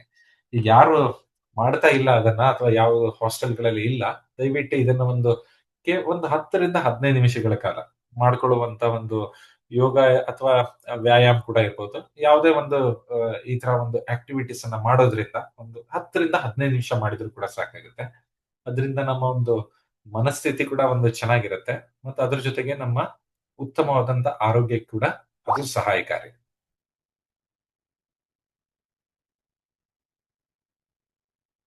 ಇನ್ನೊಂದು, ಈಗೆಲ್ಲ ನಿಮ್ಗೆಲ್ಲ ಆರ್ಟಿಫಿಷಿಯಲ್ ಇಂಟೆಲಿಜೆನ್ಸ್, ನಾನು ಅದ್ರ ಬಗ್ಗೆ ಏನು ಹೇಳ್ತಾ ಇಲ್ಲ. ಕೃತಕ ಬುದ್ಧಿಮತ್ತೆ ಅದ್ರ ಬಗ್ಗೆ ನಾನು ಹೇಳ್ತಾ ಇಲ್ಲ, ಅಂದ್ರೆ ಎಐ ಅಥವಾ ಆರ್ಟಿಫಿಷಿಯಲ್ ಇಂಟೆಲಿಜೆನ್ಸ್. ಬಟ್ ನಾನು ಹೇಳ್ತಾ ಇರೋದು ಇಮೋಷನಲ್ ಇಂಟೆಲಿಜೆನ್ಸ್, ಅಂದ್ರೆ ನಿಮ್ಮ ಭಾವನಾತ್ಮಕವಾದಂತ ಬುದ್ಧಿಮತ್ತೆ.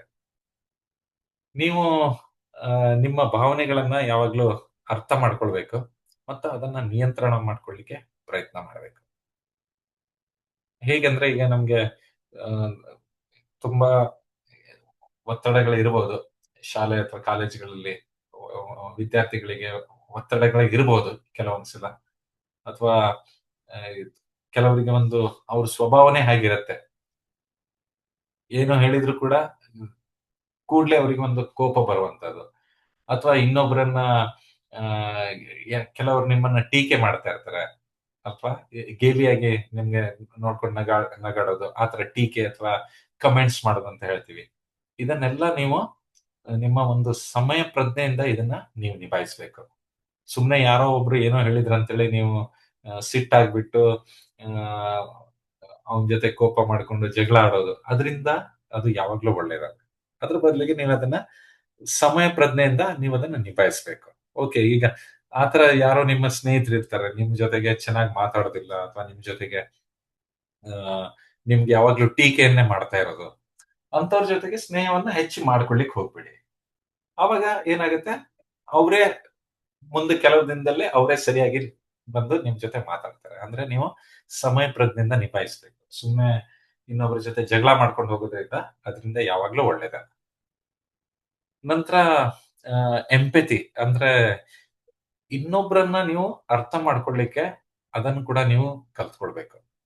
ಈಗ ನಿಮ್ಮ ಗೆಳೆಯರೇ ಇರ್ತಾರೆ, ಅವ್ರ ಭಾವನೆ ಏನಿದೆ, ಅವ್ರು ಯಾಕೆ ಆತರ ಹೇಳ್ತಾರೆ, ಅಥವಾ ಅವ್ರು ಯಾಕೆ ಆತರ ವರ್ತಿಸ್ತಾರೆ ಅಂತ ಫಸ್ಟ್ ನೀವು ಮೊದಲನೇದಾಗಿ ಅವರನ್ನ ಅರ್ಥ ಮಾಡ್ಕೊಳ್ಬೇಕಾಗತ್ತೆ. ಈಗ ಎಷ್ಟೋ ಸಲ ಏನಾಗುತ್ತೆ ಅಂದ್ರೆ ನಮ್ಮ ಒಂದು ಪ್ರೊಫೆಷನಲ್ ಲೈಫ್ ನಲ್ಲಿ ಅಥವಾ ವಿದ್ಯಾರ್ಥಿ ನಿಮ್ಮ ಜೀವನದಲ್ಲೂ ಕೂಡ ಆಗತ್ತೆ, ಹಾಗೆ ಆಗ್ತಾ ಇರ್ಬೋದು. ಕೆಲವು ಸಲ ಏನಾಗುತ್ತೆ, ನಮ್ಮ ಜೊತೆಗಿರುವಂತ ಇನ್ನೊಬ್ಬ ವ್ಯಕ್ತಿಗಳು, ನಮ್ಮ ರೂಮ್ಮೇಟ್ ಇರ್ಬೋದು, ಹಾಸ್ಟೆಲ್ ನಲ್ಲಿ ರೂಮ್ಮೇಟ್ ಇರ್ಬೋದು, ಅಥವಾ ನಮ್ಮ ಇನ್ನೊಬ್ರು ಸ್ನೇಹಿತರೆ ಇರ್ಬೋದು, ಹ್ಮ್ ಯಾರೇ ಇರ್ಬೋದು ನಮ್ಮ ಜೀವನದಲ್ಲಿ, ಅವರು ಕೆಲವು ಸಲ ಏನಾಗ್ತಾರೆ, ಅವ್ರ ಸ್ವಭಾವನ ಬಿಡೋದಿಲ್ಲ. ಹಾಗಾಗಿ ಏನ ಮಾಡ್ಬೇಕು ನಾವು, ನಮ್ಮ ಸ್ವಭಾವನ ಅವರನ್ನ ಅರ್ಥ ಮಾಡ್ಕೊಂಡು ನಾವು ಅವ್ರ ಜೊತೆ ಅಡ್ಜಸ್ಟ್ ಮಾಡ್ಕೊಂಡು ಹೋಗ್ಬೇಕು. ಅವಾಗ ಏನಾಗುತ್ತೆ, ನೀವು ಪ್ರೊಫೆಷನಲ್ ಲೈಫ್ ಅಲ್ಲಿ ಹೋದಾಗ ಖಂಡಿತವಾಗಿ ಒಳ್ಳೆ ಸಕ್ಸಸ್ಫುಲ್ ಆಗ್ತೀರಾ. ಅಂದ್ರೆ ಅರ್ಥ ಮಾಡ್ಕೊಳ್ಬೇಕು ಅವ್ರ ಸ್ವಭಾವ ಹೇಗಿದೆ, ಅವ್ರು ಯಾಕೆ ಹಿಂಗ್ ಮಾಡ್ತಾರೆ, ಅವ್ರು ಹೆಂಗೂ ಚೇಂಜ್ ಆಗೋದಿಲ್ಲ, ಬದಲಾವಣೆ ಆಗೋದಿಲ್ಲ. ಅವಾಗ ಏನ್ ಮಾಡ್ಬೇಕು, ನಾವೇ ನಮ್ಮ ಬದಲಾವಣೆಯನ್ನ ಮಾಡ್ಕೊಂಡು ಹೋಗ್ಬೇಕು. ನಂತರ ವಿದ್ಯಾರ್ಥಿಗಳೇ, ಇದ್ರ ಬಗ್ಗೆ ನೀವೆಲ್ಲರೂ ಪ್ರತಿಯೊಬ್ರು ಕೂಡ ಈ ನಾಯಕತ್ವ ಗುಣಗಳನ್ನ ಬೆಳೆಸ್ಕೊಂಡು ಹೋಗೋದು ಅತ್ಯಂತ ಅಗತ್ಯ. ಲೀಡರ್ಶಿಪ್ ಕ್ವಾಲಿಟಿ ಹೇಳ್ತೀವಿ, ಲೀಡರ್ಶಿಪ್ ಕ್ವಾಲಿಟಿ. ಈಗ ನಿಮ್ಗೆ ಆ, ಶಾಲೆ ಕಾಲೇಜುಗಳಲ್ಲಿ ಕ್ಲಾಸ್ ರೆಪ್ರೆಸೆಂಟೇಟಿವ್ ಕಾಲೇಜುಗಳಲ್ಲೆಲ್ಲ ಇರತ್ತೆ, ಶಾಲೆಗಳಲ್ಲಿ ಕೂಡ ಹೆಚ್ಚಿನ ಮಟ್ಟದಲ್ಲಿ ಇರತ್ತೆ. ನಾವೆಲ್ಲ ಕೂಡ ನಾವು ಮಾಡಿದೀವಿ ಇದನ್ನ. ಕ್ಲಾಸ್ ಲೀಡರ್ ಅಂತ ಹೇಳ್ಬಿಟ್ಟು ಇದು ಮಾಡ್ತಾರೆ ಅಲ್ವಾ. ಈ ಕೆಲವು ಶಾಲೆಗಳಲ್ಲೆಲ್ಲ ತಿಂಗಳಿಗೆ ಒಂದ್ಸಲ ಅಥವಾ 15 ದಿನಕ್ಕೆ ಒಂದ್ಸಲ ಬದಲಾವಣೆ ಆಗ್ತಾ ಇರ್ತದೆ. ಅಂದ್ರೆ ಎಲ್ಲರಿಗೂ ಕೂಡ ಈ ಒಂದು ಅನುಭವ ಬರಬೇಕು ಅಂತ ಹೇಳಿ. ಸೊ ಈ ನಾಯಕತ್ವ ಗುಣಗಳನ್ನ ನೀವು ಯಾವಾಗ್ಲೂ ಬೆಳೆಸ್ಕೊಳ್ಬೇಕು. ಯಾಕಂದ್ರೆ ಈಗ ನೀವು ನಾಳೆಗೆ, ನಾನು ಹೇಳಿದೆ ನಿಮ್ಗೆ, ಯಾವಾಗ್ಲೂ ಹೇಳಿದ್ದೀನಿ, ಸಂದರ್ಶನ ಅಥವಾ ಇಂಟರ್ವ್ಯೂಸ್ಗೆಲ್ಲ ಹೋಗ್ಬೇಕಾದ್ರೆ ಅವರು ಮುಖ್ಯವಾಗಿ ನೋಡೋದು ನಿಮ್ಮಲ್ಲಿ ನಾಯಕತ್ವ ಗುಣ ಇದೆಯಾ ಅಂತ ಹೇಳಿ ನೋಡ್ತಾರೆ. ಆವಾಗ ನಿಮ್ಗೆ ಅಂಕಗಳು ಜಾಸ್ತಿ ಕೊಡ್ತಾರೆ, ಅಂದ್ರೆ ಇಂಟರ್ವ್ಯೂಸ್ ನಲ್ಲಿ. ಈಗ ನಾವು ಎಷ್ಟೋ ಜನ ಇವರಿಗೆ ಇದನ್ನ ಮಾಡ್ಬೇಕಾದ್ರೆ ಅವ್ರು ಹೇಳ್ತಾರೆ, ನಾನು ಕಾಲೇಜಿನ ಇದ್ರದ್ದು ಕ್ರಿಕೆಟ್ ಇದ್ರ ತಂಡದ ನಾಯಕನಾಗಿದ್ದೆ, ಅಥವಾ ಕಾಲೇಜನ್ನ ಸ್ಟೇಟ್ ಲೆವೆಲ್ ಇದ್ರಲ್ಲಿ ರೆಪ್ರೆಸೆಂಟ್ ಮಾಡಿದ್ದೆ. So that indicates the leadership quality. So ನಾಯಕತ್ವ ಗುಣಗಳನ್ನ ನೀವು ಪ್ರತಿಯೊಬ್ರು ಕೂಡ ಆ, ಇದ್ರ ಬಗ್ಗೆ ಹೆಚ್ಚಿನ ಒಂದು ಗಮನವನ್ನ ವಹಿಸ್ಬೇಕು. ಇನ್ನೊಂದು ಅಷ್ಟೇ ಇಂಪಾರ್ಟೆಂಟ್ ಇರುವಂತದ್ದು ಟೀಮ್ ವರ್ಕ್. ಅಂದ್ರೆ ನೀವು ಗ್ರೂಪ್ ನಲ್ಲಿ ಇದ್ದಾಗ ಹೇಗೆ ಕೆಲಸವನ್ನ ಮಾಡ್ತೀರಾ. ಟೀಮ್ ವರ್ಕ್ ಅಂದ್ರೆ ತಂಡ ಕಾರ್ಯ ಅಥವಾ ಗ್ರೂಪ್ ನಲ್ಲಿ ಕೆಲಸ ಮಾಡೋದು. ಅಂದ್ರೆ ನೀವೊಂದು 5 ಜನ ಇರ್ತೀರಾ, ನಿಮ್ಗೆ ಇನ್ನು ಕಾಲೇಜ್ ನಲ್ಲಿ ಏನಾದ್ರೂ ಪ್ರಾಜೆಕ್ಟ್ ಕೊಟ್ಟಿರ್ತಾರೆ, ಅಥವಾ ಶಾಲೆಯಲ್ಲಿ ಕೂಡ ಏನಾದ್ರೂ ಪ್ರಾಜೆಕ್ಟ್ ಕೊಟ್ಟಿರ್ತಾರೆ, ಸಮ್ಮರ್ ಪ್ರಾಜೆಕ್ಟ್ ಅಲ್ವಾ.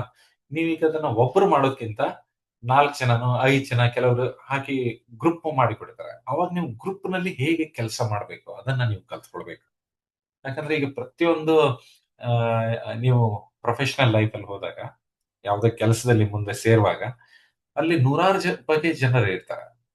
ಅವ್ರ ಜೊತೆಗೆ ನೀವು ಹೇಗೆ, ನಿಮ್ಗೆ ಟೀಮ್ ವರ್ಕ್ ಅಲ್ಲಿ ನೀವು ಚೆನ್ನಾಗಿ ಕಲ್ತಿದ್ರೆ ಯಾರ ಜೊತೆ ಕೂಡ ನೀವು ಅಡ್ಜಸ್ಟ್ ಮಾಡ್ಕೊಂಡು ಹೋಗ್ಬೋದು ಅಲ್ವಾ. ನಾನು ಅದೇ ಹೇಳಿದೆ, ನೂರಾರು ಜನರದು ಅವರ ಒಂದು ವ್ಯಕ್ತಿತ್ವನೇ ಬೇರೆ ಬೇರೆ ಇರುತ್ತೆ, ಅವರ ಗುಣಧರ್ಮಗಳು ಬೇರೆ ಇರುತ್ತೆ. ಅಂದ್ರೆ ವಿಭಿನ್ನ ಅಭಿಪ್ರಾಯಗಳನ್ನ ನಾವು ಗೌರವಿಸ್ಬೇಕು. ಇಲ್ಲ ಅವನು ತುಂಬಾ ಸಿಟ್ಟು ಮಾಡ್ಕೊಳ್ಳೋ ಮನುಷ್ಯ, ಅವನು ಆ ತರ, ಅವಳು ಈ ತರ ಅಂತ ಹೇಳಿ ನಾವು ಅವ್ರದ್ದು ಏನ್ ಅಭಿಪ್ರಾಯ ಇದೆ ಅದನ್ನ ನಾವು ಯಾವಾಗ್ಲೂ ಗೌರವಿಸ್ಬೇಕು. ನಂತರ ಆ, ನಿಮ್ಗೆಲ್ಲ ಒಂದು ಆಪರ್ಚುನಿಟಿ ಸಿಕ್ಕಿದಾಗ ಈವೆಂಟ್ ಆರ್ಗನೈಸಿಂಗ್ ಅಂದ್ರೆ, ಆ, ಈಗ ಶಾಲೆ ಅಥವಾ ಕಾಲೇಜ್ನಲ್ಲಿ ಆನ್ಯುವಲ್ ಡೇ ಆಗತ್ತೆ, ಅಥವಾ ಸ್ಪೋರ್ಟ್ಸ್ ಡೇ ಆಗತ್ತೆ, ಅಥವಾ ಬೇರೆ ಯಾವುದೊಂದು ಆಗಸ್ಟ್ 15 ಸ್ವಾತಂತ್ರ್ಯ ದಿನಾಚರಣೆ, ಈ ತರ ಹಲವಾರು ಶಾಲೆ ಅಥವಾ ಕಾಲೇಜುಗಳಲ್ಲಿ ಈ ಕಾರ್ಯಕ್ರಮಗಳು ಆಗ್ತಾ ಇರ್ತವೆ ಅಲ್ವಾ. ಸೊ ಇಂಥ ಕಾರ್ಯಕ್ರಮಗಳು ಆಗುವಾಗ ನೀವು ಕೆಲವೊಂದು ಜವಾಬ್ದಾರಿಯನ್ನ ವಹಿಸ್ಕೊಳ್ಳಿ. ಅದಕ್ಕೆ ಅಂದ್ರೆ ಈವೆಂಟ್ ಆರ್ಗನೈಸರ್ ಯಾವುದೇ ಕಾರ್ಯಕ್ರಮವನ್ನ ಹೇಗೆ ನಿಭಾಯಿಸ್ಬೇಕು ಅಂತ ನಿಮ್ಗೆ ಅದು ಗೊತ್ತಾಗತ್ತೆ. ನೀವು ಖಾಲಿ ಅಂತ ಒಂದು ಯಾವುದೇ ಒಂದು ಜವಾಬ್ದಾರಿಯನ್ನು ತೆಗೆದುಕೊಳ್ಳದಿದ್ರೆ ನಿಮ್ಗೆ ಏನು ಗೊತ್ತಾಗೋದಿಲ್ಲ, ಹೇಗೆ ಯಾವುದೇ ಕಾರ್ಯನ ಹೇಗೆ ಮಾಡ್ಬೇಕಂತ ಗೊತ್ತಾಗೋದಿಲ್ಲ. ಹಾಗೆ ಯಾವುದೇ ಜವಾಬ್ದಾರಿ ಕೊಟ್ಟರು ಕೂಡ ಅದನ್ನ ನೀವು ಮಾಡೋದ್ರಿಂದ ಇದು ತುಂಬಾ ಒಂದು ಸಹಕಾರಿ ಇದೆ. ಅದ್ರ ಜೊತೆಗೆ ವಾಲಂಟಿಯರ್ ಅಂದ್ರೆ ಯಾವುದೇ ಸೇವಾ ಕಾರ್ಯಗಳಿರ್ಬೋದು, ಶಾಲೆದಿರ್ಬೋದು, ಅಥವಾ ಯಾವ್ದಾದ್ರು ರಜೆಗಳ ಸಮಯದಲ್ಲಿ ಕೆಲವೊಂದು ಸಂಘ ಸಂಸ್ಥೆಗಳು ನಿಮ್ಗೆ ವಾಲಂಟಿಯರ್ ಆಗಿ ಕರೀತಾರೆ ಅಲ್ವಾ. ಸೊ ನೀವು ಸ್ವಯಂ ಪ್ರೇರಣೆಯಾಗಿ ಹೋಗ್ಬಿಟ್ಟು ಅಂತ ಒಂದು ಯಾವುದೇ ಕೆಲಸಗಳನ್ನ ಮಾಡೋದ್ರಿಂದ ನಿಮ್ಗೆ ಒಂದು ತುಂಬಾ ಅನುಭವ ಬರುತ್ತೆ. ಅಂದ್ರೆ ನಿಮ್ಗೆ ಲೀಡರ್ಶಿಪ್ ಕ್ವಾಲಿಟಿ ಮತ್ತೆ ಟೀಮ್ ವರ್ಕ್, ಟೀಮ್ ನಲ್ಲಿ ಹೇಗೆ ಕೆಲಸ ಮಾಡ್ಬೇಕನ್ನೋದು ಅದು ನಿಮ್ಗೆ ವಿದ್ಯಾರ್ಥಿ ಜೀವನದಲ್ಲೇ ನೀವು ಕಲ್ತ್ಕೊಳ್ಬೇಕು.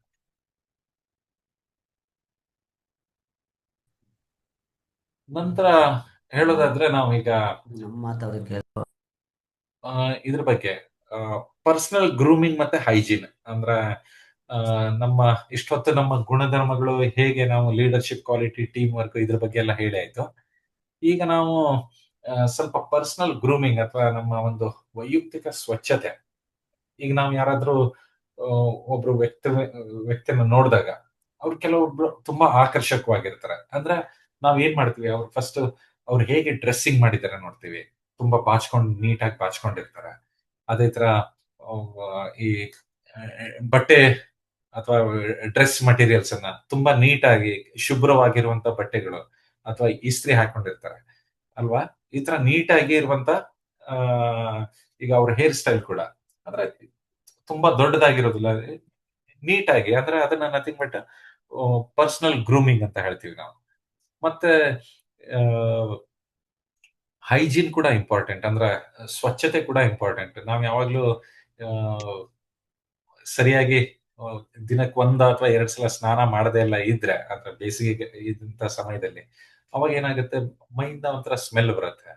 ಈಗ ಕೆಲವರು ಆ ನಾನ್ ನೋಡಿದ್ದೀನಿ ಎಷ್ಟೋ ಸಲ ನಮ್ಮ ಸ್ಟೂಡೆಂಟ್ ನಮ್ಮ ಕಾಲೇಜಲ್ಲಿ ವಿದ್ಯಾರ್ಥಿಗಳು ಬೆಳಗ್ಗೆ ನೇರವಾಗಿ ಎದ್ದ ನಂತರ ನೇರವಾಗಿ ಹಂಗೆ ಅವರು ಇದು ಕೂದಲು ಬಾಚ್ಕೊಳ್ಳೋದಿಲ್ಲ, ಸ್ನಾನನೂ ಮಾಡೋದಿಲ್ಲ, ಕೆಲವರು ಬ್ರಷ್ ಕೂಡ ಮಾಡದೆ ನೇರವಾಗಿ ಕ್ಲಾಸಿಗೆ ಬಂದ್ಬಿಡ್ತಾರೆ.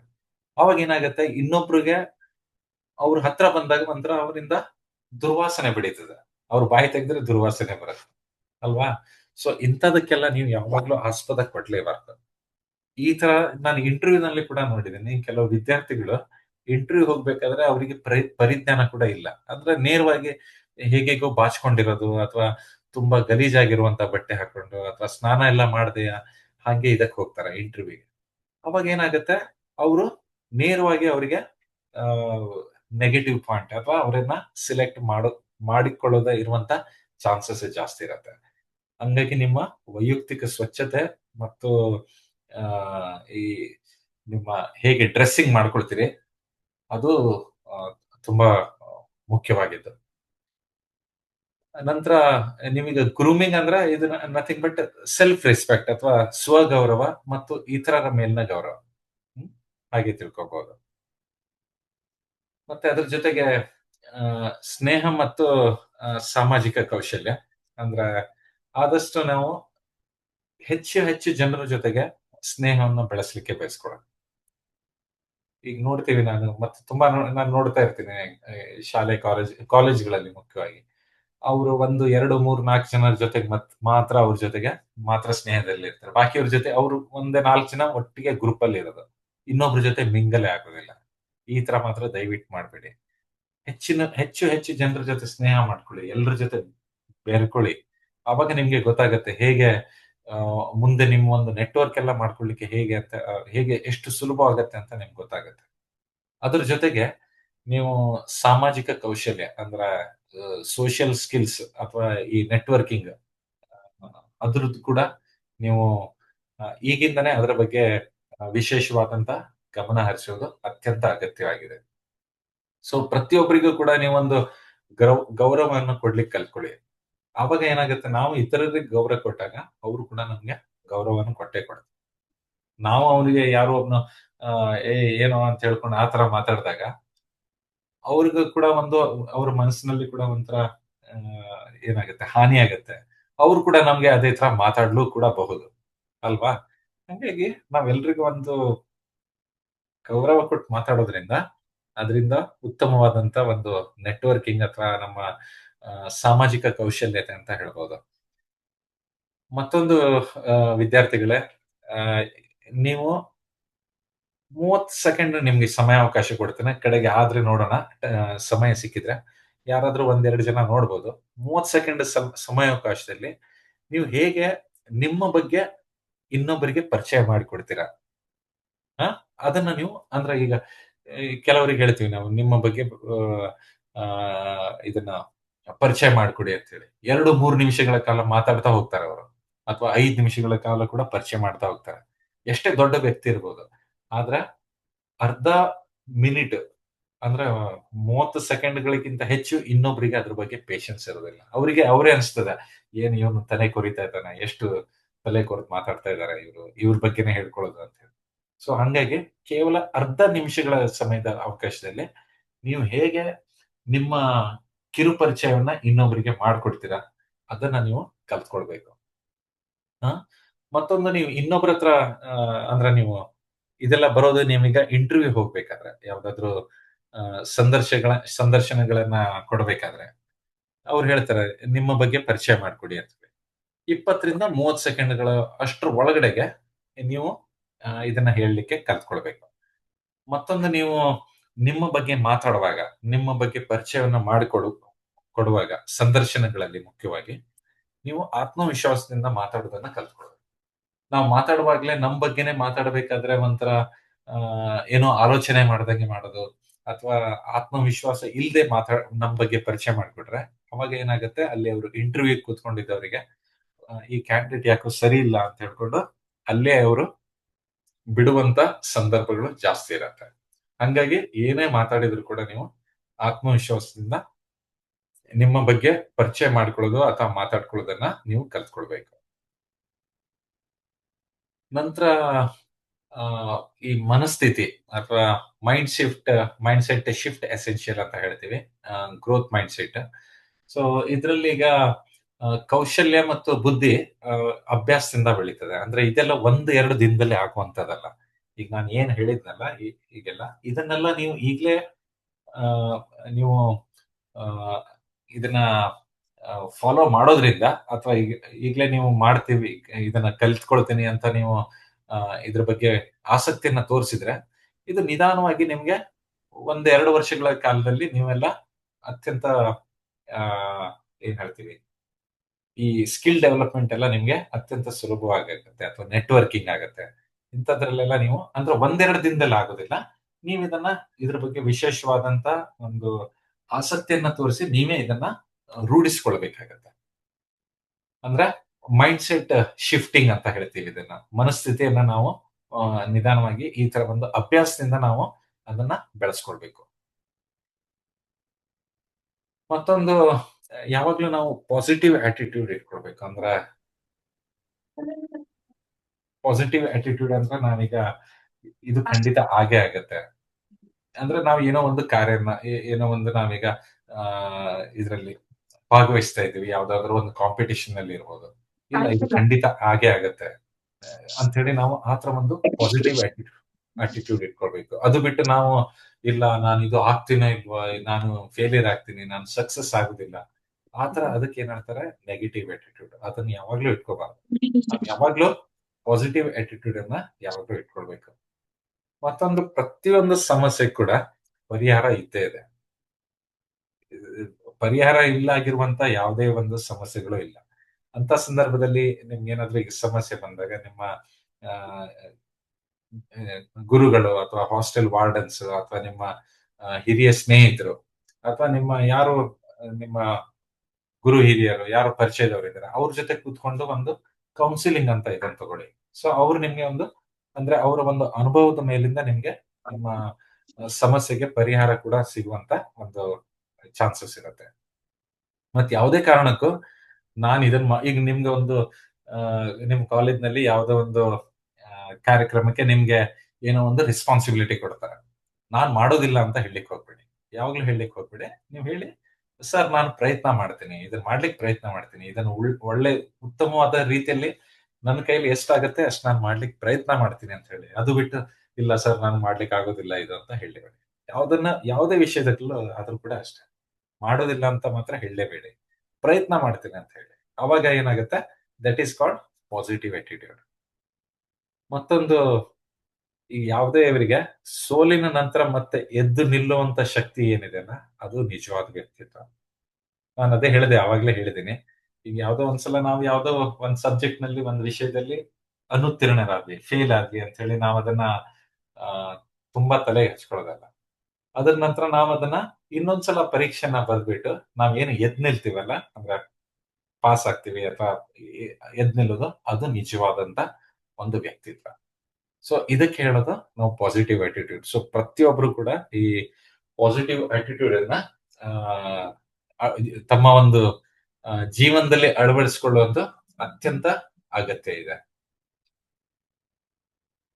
ನಂತರ ವ್ಯಕ್ತಿತ್ವ ಕಟ್ಟುವಂತ ಕೆಲವೊಂದು ಮೌಲ್ಯಗಳು, ನೀವು ಇದನ್ನ ಬರ್ತ್ಕೊಂಡ್ರು ಕೂಡ ಅಡ್ಡಿಲ್ಲ. ಪ್ರಾಮಾಣಿಕತೆ. ಯಾವುದೇ ವಿಷಯದಲ್ಲಿ ಇರ್ಲಿ, ನೀವು ಪ್ರಾಮಾಣಿಕವಾಗಿರ್ತೀರಿ. ಯಾವುದೇ ವಿಷಯ ಇರ್ಬೋದು, ಅಕಾಡೆಮಿಕ್ ಮ್ಯಾಟರ್ಸ್ ಇರ್ಬೋದು, ಅಂದ್ರೆ ನಿಮ್ಮ ಶೈಕ್ಷಣಿಕ ಮ್ಯಾಟರ್ ಇರ್ಬೋದು, ಅಥವಾ ನಿಮ್ದು ಯಾವ್ದೋ ಕುಟುಂಬದಲ್ಲಿ ಇರುವಂತ ಏನಾದ್ರೂ ಯಾವುದೇ ಸಮಸ್ಯೆಗಳು ಅಥವಾ ಯಾವುದೇ ವಿಷಯದ ಬಗ್ಗೆ ಇರ್ಲಿ, ಯಾರ ಹತ್ರ ಮಾತಾಡ್ಬೇಕಾದ್ರೆ ನೀವು ಒಂದು ಪ್ರಾಮಾಣಿಕತೆ ಅಥವಾ ಹಾನೆಸ್ಟ್ ಅಂತ ಏನ್ ಹೇಳ್ತಲ್ಲ, ಆ ತರ ಇರ್ಬೇಕು. ಅಂದ್ರೆ ಇವೆಲ್ಲ ನಿಮ್ಮ ಇವೆಲ್ಲ ನಿಮ್ಮ ಅಂದ್ರೆ ನೀವು ಈ ಒಂದು ಆ ವಿಷಯಗಳನ್ನ ನಿಮ್ಮ ಜೀವನದಲ್ಲಿ ರೂಢಿಸಿಕೊಳ್ಳೋದ್ರಿಂದ ಅದು ನಿಮ್ಮ ಒಂದು ವ್ಯಕ್ತಿತ್ವದ ಒಂದು ಮೌಲ್ಯ ಆಗತ್ತೆ. ಅದೇ ತರ ರೆಸ್ಪೆಕ್ಟ್, ನಾನು ಅವಾಗ ಕೂಡ ಹೇಳಿದ್ದೀನಿ ನಾನು, ಆ, ಗೌರವ ಕೊಡೋದು. ಇನ್ನೊಬ್ರಿಗೆ ನೀವು ಯಾವಾಗ ರೆಸ್ಪೆಕ್ಟ್ ಅಥವಾ ಗೌರವನ ಕೊಡ್ತೀರಾ, ಅವಾಗ ಅವ್ರು ಕೂಡ ನಿಮ್ಗೆ ರೆಸ್ಪೆಕ್ಟ್ ಅನ್ನ ಕೊಟ್ಟೆ ಕೊಡ್ತಾರೆ. ಸೊ ಹಾಗಾಗಿ ನೀವು ತುಂಬಾ ಜನರ ಜೊತೆಗೆ ಏನಾಗ್ತೀರಾ, ಒಳ್ಳೆ ಪಾಪ್ಯುಲರ್ ಆಗ್ತೀರಾ, ಅಥವಾ ಅವ್ರ ಜೊತೆಗೆ ಒಂದು ಮುಂದೆ ಯಾವ್ದಕ್ಕೆ ಕೂಡ ನಿಮ್ಗೆ ಒಂದು ನಿಮ್ಮ ವ್ಯಕ್ತಿತ್ವದ ಬೆಳವಣಿಗೆಗೆ ಅದೊಂದು ತುಂಬಾ ಸಹಾಯಕಾರಿಯಾಗುತ್ತೆ. ಇನ್ನೊಂದು ಮೌಲ್ಯ ಹೇಳೋದಂದ್ರೆ ರೆಸ್ಪಾನ್ಸಿಬಿಲಿಟಿ, ಜವಾಬ್ದಾರಿ.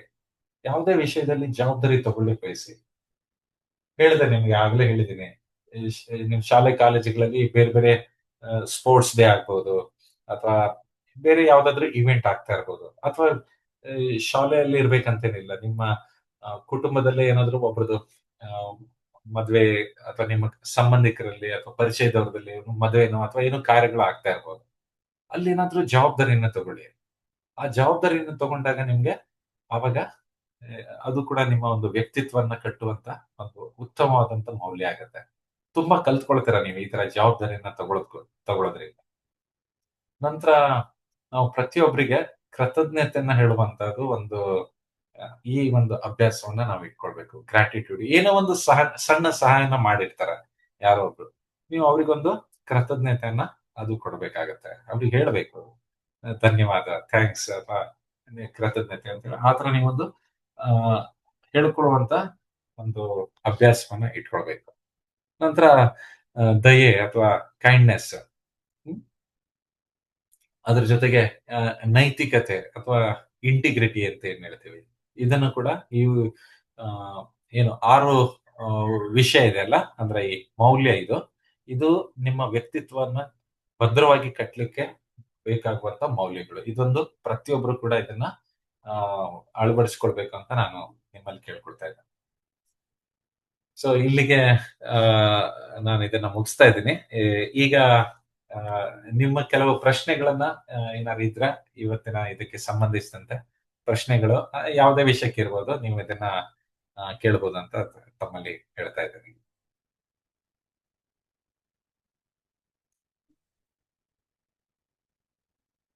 ಹಲೋ ಸರ್, ಈಗ ನಮ್ಮಲ್ಲಿ ಕೆಲವು ಪ್ರಶ್ನೆಗಳು ಈಗಾಗಲೇ ಮಕ್ಕಳು ನಮಗೆ ಕೊಟ್ಟಿದ್ದಾರೆ. ಆ ಪ್ರಶ್ನೆಗಳದು ಈಗಾಗಲೇ ನಿಮಗೂ ಕೂಡ ಕೊಟ್ಟಿದ್ದಾರೆ ಸರ್. ಅಲ್ಲಿ ಹಲವಾರು ವಿಚಾರಗಳು ನೀವು ಈಗಾಗಲೇ ಡಿಸ್ಕಸ್ ಮಾಡಿದೀರಾ ಸರ್. ಕವರ್ ಮಾಡಿದೀರಾ. Listening, anger management, body language, ಆಮೇಲೆ ಪ್ರತಿಯೊಂದು ವಿಚಾರಗಳನ್ನು ಅಡ್ರೆಸ್ ಮಾಡಿದೀರಾ ಸರ್. ತಾವು ಒಂದು ಯಾವ್ದಾದ್ರು 2 ನಿದರ್ಶನಗಳು ಹೇಳಿದ್ರೆ ಮಕ್ಕಳಿಗೆ ಇನ್ನೂ ಅನುಕೂಲ ಆಗುತ್ತೆ ಸರ್. ಯಾವ್ದಾದ್ರು 2 ವ್ಯಕ್ತಿತ್ವದ ಬಗ್ಗೆ ನೀವು ನಿಮ್ಗೆ ಹತ್ರ ಇರೋಂತ ವ್ಯಕ್ತಿತ್ವಗಳು ಇರ್ಬೋದು, ಅಥವಾ ಬೇರೆ ಯಾರು ನೀವು ತಿಳ್ಕೊಂಡಿರೋರ್ ಬಗ್ಗೆ ಒಂದ್ 2 ನಿದರ್ಶನಗಳನ್ನ ಹೇಳಿದ್ರೆ ಮಕ್ಕಳಿಗೆ ಇನ್ನೂ ಒಂದ್ ಸ್ವಲ್ಪ ಅರ್ಥ ಆಗುತ್ತೆ. ಆಮೇಲೆ ಏನದು ಅನ್ನೋದು ಕೂಡ ಪಾಲನೆ ಮಾಡೋದಕ್ಕೂ ಈಸಿ ಆಗುತ್ತೆ ಸರ್. ಖಂಡಿತ. ನಾನೊಂದು ಉದಾಹರಣೆಯನ್ನ ಕೊಡ್ಲಿಕ್ಕೆ ಬಯಸ್ತೇನೆ ಇದರಲ್ಲಿ. ಇದು ನಮ್ಗೆ ಸಣ್ಣವರಿಗ ಕೂಡ ಒಂದು ಉದಾಹರಣೆ, ಮತ್ತೆ ನಮ್ಮ ದೊಡ್ಡವರಿಗೂ ಕೂಡ, ಎಲ್ಲರಿಗೂ ಒಂದು ಒಳ್ಳೆ, ಈವನ್ ಟೀಚರ್ಸ್ಗೆ ಅವ್ರಿಗೆ ಕೂಡ ಒಂದು ಒಳ್ಳೆ ಉತ್ತಮವಾದಂತ ಉದಾಹರಣೆ ಅಂತ ಹೇಳ್ತೀನಿ ನಾನು, ಒಬ್ಬ ವ್ಯಕ್ತಿತ್ವದ. ಈ ಥಾಮಸ್ ಆಲ್ವಾ ಎಡಿಸನ್ ಅಂತ ಕೆಲವರಾದ್ರೂ ಕೇಳಿರ್ಬೋದು ಅಲ್ವಾ ವಿದ್ಯಾರ್ಥಿಗಳೇ? ಮಕ್ಳೇ ಕೇಳಿದ್ರ ಥಾಮಸ್ ಆಲ್ವಾ ಎಡಿಸನ್ ಅಂತ?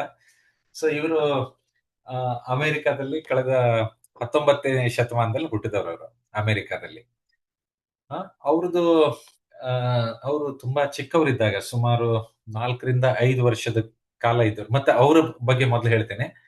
ಅವರು ಇದುವರೆಗೆ ಜಗತ್ತಿನಲ್ಲಿ ಅವರ ಹೆಸರಿನಲ್ಲಿ ಸುಮಾರು 1096 ಅಮೆರಿಕನ್ ಪೇಟೆಂಟ್ಗಳು ಅವರ ಹೆಸರಿನಲ್ಲಿ ಇದೆ.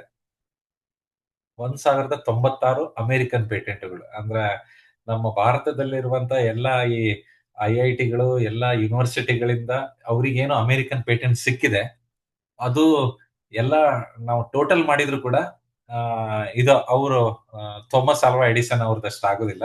ಅವ್ರದ್ದು ವಿಶ್ವದಲ್ಲೇ ಅವ್ರ ಹೆಸರಿನಲ್ಲಿ 1096 ಅಮೆರಿಕನ್ ಪೇಟೆಂಟ್ಗಳು ಅವ್ರಿಗೆ ಕೊಟ್ಟಿದ್ದಾರೆ.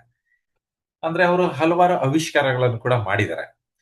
ಈ ಆವಿಷ್ಕಾರಗಳಲ್ಲಿ ಅವರು ಒಂದು ಆವಿಷ್ಕಾರದಲ್ಲಿ ಅವರು ಈ ಎಲೆಕ್ಟ್ರಿಕ್ ಬಲ್ಬ್, ನಾನು LED ಬಲ್ಬ್ ಬಗ್ಗೆ ಹೇಳ್ತಾ ಇಲ್ಲ, ಎಲೆಕ್ಟ್ರಿಕ್ ಬಲ್ಬ್ ನೀವೆಲ್ಲ ನೋಡಿದಿರಾ ಎಲೆಕ್ಟ್ರಿಕ್ ಬಲ್ಬ್.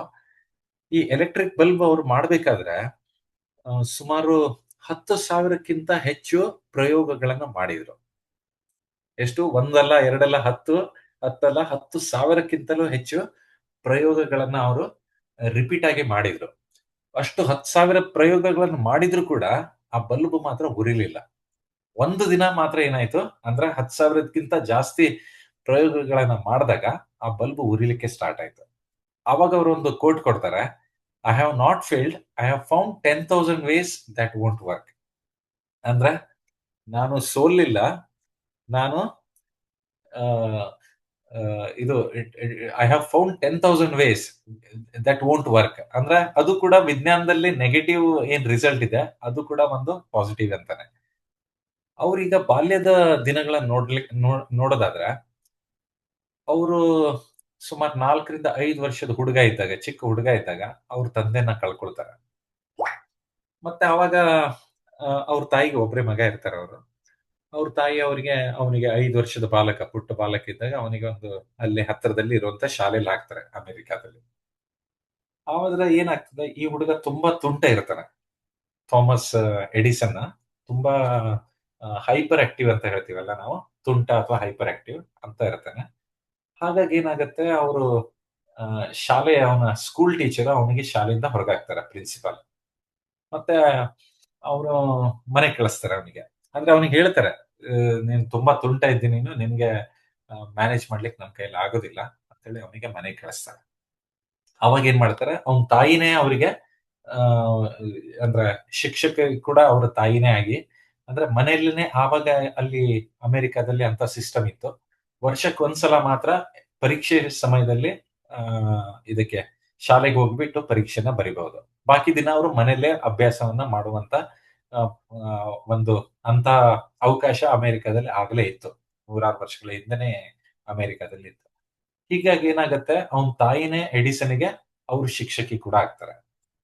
ನಂತರ ಇವನು ತನ್ನ ಪ್ರಾಥಮಿಕ ಶಿಕ್ಷಣವನ್ನೆಲ್ಲ ಮುಗಿಸ್ಕೊಂಡು ನಂತರ BSc ಪದವಿಯನ್ನ ಮಾಡಿಕೊಂಡು, BSc ಮಾಡುವಾಗ ಫಿಸಿಕ್ಸ್ ಅಂದ್ರೆ ಭೌತಶಾಸ್ತ್ರ ಅದನ್ನ ತಗೊಂಡು ನಂತರ ಅದರಲ್ಲಿ ಮಾಸ್ಟರ್ ಡಿಗ್ರಿ ಕೂಡ ಮಾಡ್ತಾರೆ, MSc ಕೂಡ ಮಾಡ್ಕೊಂಡು ನಂತರ ಅವರೊಬ್ರು ವಿಜ್ಞಾನಿಯಾಗಿ ಬೆಳವಣಿಗೆ ಆಗ್ತಾರೆ.